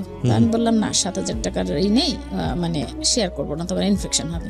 তো ওনারা বললেন কি যে আপনারা এক কাজ করেন, আসলে ছেড়েই দেন, কারণ 5 দিন তো আমাদের আন্ডারে থাকবে, তারপরেও লাগতে পারে আইসিইউতে থাকা, তার চাইতে আপনারা ছেড়ে দেন, আবার নতুন করে রুম নিয়েন, রুম অ্যাভেলেবেল। ওকে আমরা সব নিয়ে টিয়ে আমার বোনের বাসায়, আমি আবার খিলখাতে একটু দূরে, আমার বোনের বাসা ধানমন্ডি, এক বোনের বাসা শেওড়াপাড়া, মায়ের বাসা শেওড়াপাড়া। ইতিমধ্যে আমার মা মারা গেছেন, আমি আর বলিনি ওইদিকে আর যাবো না, কারণ আমার যেখানে এটা মূল কাজ ওইখানে আসি। জি তো এরপরে কি হলো, আমার হাজবেন্ড 5 তারিখে, ডিসেম্বরের 5 তারিখে আমাকে খবর দেওয়া হলো। তখন এই ছিল মহরম, আমরা ইফতার করে কেবল বসছি, আমি দেখি অনেকগুলি ফোন আমার TNT থেকে। তা আমি আবার ওখানে ব্যাক করলাম, কি হলো, আমি শেওড়াপাড়াতে আমরা সব বোনরা ইফতার করতেছিলাম মহরমে, তখন 9ই মহরম। তখন বললো যে আপনার ছেলে মেয়ে নিয়ে আসেন। তা আমি বলছি, ছেলে মেয়ে তো বাইরে, ছেলে মেয়ে নিয়ে আসবো কেন, আমার মনেও আসে না। তারপরে আমি সেই খাবার দাবার খেয়ে একটু নামাজ পড়ে ওই সময় ফোন আসছিল, তো ওদেরকে সব রেখে আমি বললাম কি কপালটা পুড়লই নাকি, এটা বলে আমি বের হয়ে গেলাম। তার আগে তো মানে হাসপাতালে ভর্তি হইলো, আমরা যাওয়া আসা আছে, ও গেল, আগের রাতে বিদায় হইলো, সব এগুলার বাদ এখন শেষ মুহূর্তে যেটা, সেটা সকালবেলা সে নামাজ পড়ছে, জিকির করছে, সে তার হাসপাতালে ভর্তি করছি পরে তার দেখছি আমি নুরানি চেহারা, কি বলে তাকে মনে হয় ফেরেশতা এসে বসে রয়েছে এরকম। সারা রাত জাগলাম আগের রাতে। তারপরে সে যখন ওই যে ওটিতে চলে যায়, আমার হাতখানা ছেড়ে, আমরা সবাই আছি, হাতখানা ছেড়ে চলে গেল ভিতরে। তারপর আমাকে বললো 3টার সময় আসেন ই করবো। তারপরে ওই যে ওয়ান টাইম ইউজের যে কাপড়গুলি পরায় ওইগুলি 80 টাকা দিয়ে কিনে আমি ভিতরে ঢুকলাম, ঢুকে দেখি আমার হাজবেন্ডের মেশিন টেশিন সাইড দিয়ে তো চলতেছে। তো আবার সেই 7টার সময় কেন ফোন করলো, আমি তো ভালোই দেখে আসলাম, বলতেছে ছেলে মেয়ে নিয়ে আসেন। গেলাম ভাইয়া, তারপরে আমাকে বললো আপনি একা আসছেন, আমি বললাম হ্যাঁ। তো বলে যে আমার আবার সে সবসময় সাজগোজ পছন্দ করতো, আমি আবার সে তার পছন্দের একটা শাড়ি, তারপরে খুব গয়নাগাটি পরে টরে আমি গিয়ে ছোট বোন বাইরে, আমি গিয়ে সামনে দাঁড়ায় মনে মনে বলি এই তো চোখ খুলে দেখলে বলবা যে দেখো অপারেশন করতে চাও না, এখন কেমন হলো, মানে এটা আমি মনে মনে বলতেছি। তা আমাকে নার্স বলে কি আসলে উনি এখন তাকাইতে পারবে না, আপনি রাত 11টার সময় আসেন। আচ্ছা, আমার বোনের বাসার পাশে, আমি রাত 11টায় আসতে পারবো। আর আসবো কি, ওই সময় তো শুনলামই, তখন 3টা বাজে, আর ওই সময় তো শুনলাম আসেন তাড়াতাড়ি তাড়াতাড়ি। গেলাম পরে ওই অবস্থায় সাজাগুজো, আমি ওই অবস্থায় আমি ইফতার করছি। তখন আমাকে বলে কি আপনি ছেলে নাই কেউ আপনার সাথে? আমি বলছি না, আমার ছেলে তো বাসায় অন্যরকম। আর কেমন আপনার সাথে কোনো ই নেই? আমি বলছি আছে, দেওরকে ফোন করলাম, ওই যে যেই দেওর আমার বিয়ে দিল, ও ওই খিলখাতে, ওরে ফোন করলাম যে ও থাকে লেক সিটি কনকর্ড, আমি থাকি আরেক সাইডে। তা আমি বললাম ইসমাইল তোমার ভাইয়ের অবস্থা ভালো না, একটু আগে শুনলো অপারেশন সাকসেস, এর মধ্যে আবার বলে ভাইয়ের অবস্থা ভালো না, আসো। সেই দিন ছিল ঢাকা শহরে জ্যাম ভাইয়া, জ্যাম, মানে প্রচন্ড জ্যাম ছিল। তার 3 ঘন্টা লাগছে ওইখান থেকে স্কয়ার হাসপাতালে আসতে। আমার বোনরাও শেওড়াপাড়া থেকে আসছে 2 ঘন্টায়। তা আমি একটা সিএনজি কি জানি কি মনে করে, মনে হয় তখন ইফতার করতেছিল সবাই, মহরমের রোজা তো থাকি, আমি নিয়ে আমি ওই সিএনজিটায় চলে আসলাম। এসে নিচে আসি, তখন আবার ফোন করছে আমাকে আসেন না কেন। তারপরে আমি কি করব, আর ওইখানে এসে শুনলাম এমসি কি অবস্থা বলেন না, বলে কিনা এমনি ওনার ফল করছে, কি জানো প্রেশার। আমি কিরকম এখন বলেন তো, কি চান্সটা কি? আমার না ওইসব মনেই হয় না, খারাপ কিছু মনেই আসে না। সে বললো যে 50-50 চান্স। আমি 50-50 চান্স মানে কি বলে, আমি ডাক্তারের ধরলাম, কলারটা ধরলাম, 50-50 চান্স মানে কি? তো বলে যে না, মানে আমরা তো চেষ্টা করতেছি। আমি কি চেষ্টা করেন আপনি, মানে আমার ওই জিনিস আসেই না যে সে দুনিয়ায় থাকবে, ওটা মনেই হয় না, কেন মনে হয় না আমি কিছু বুঝি না।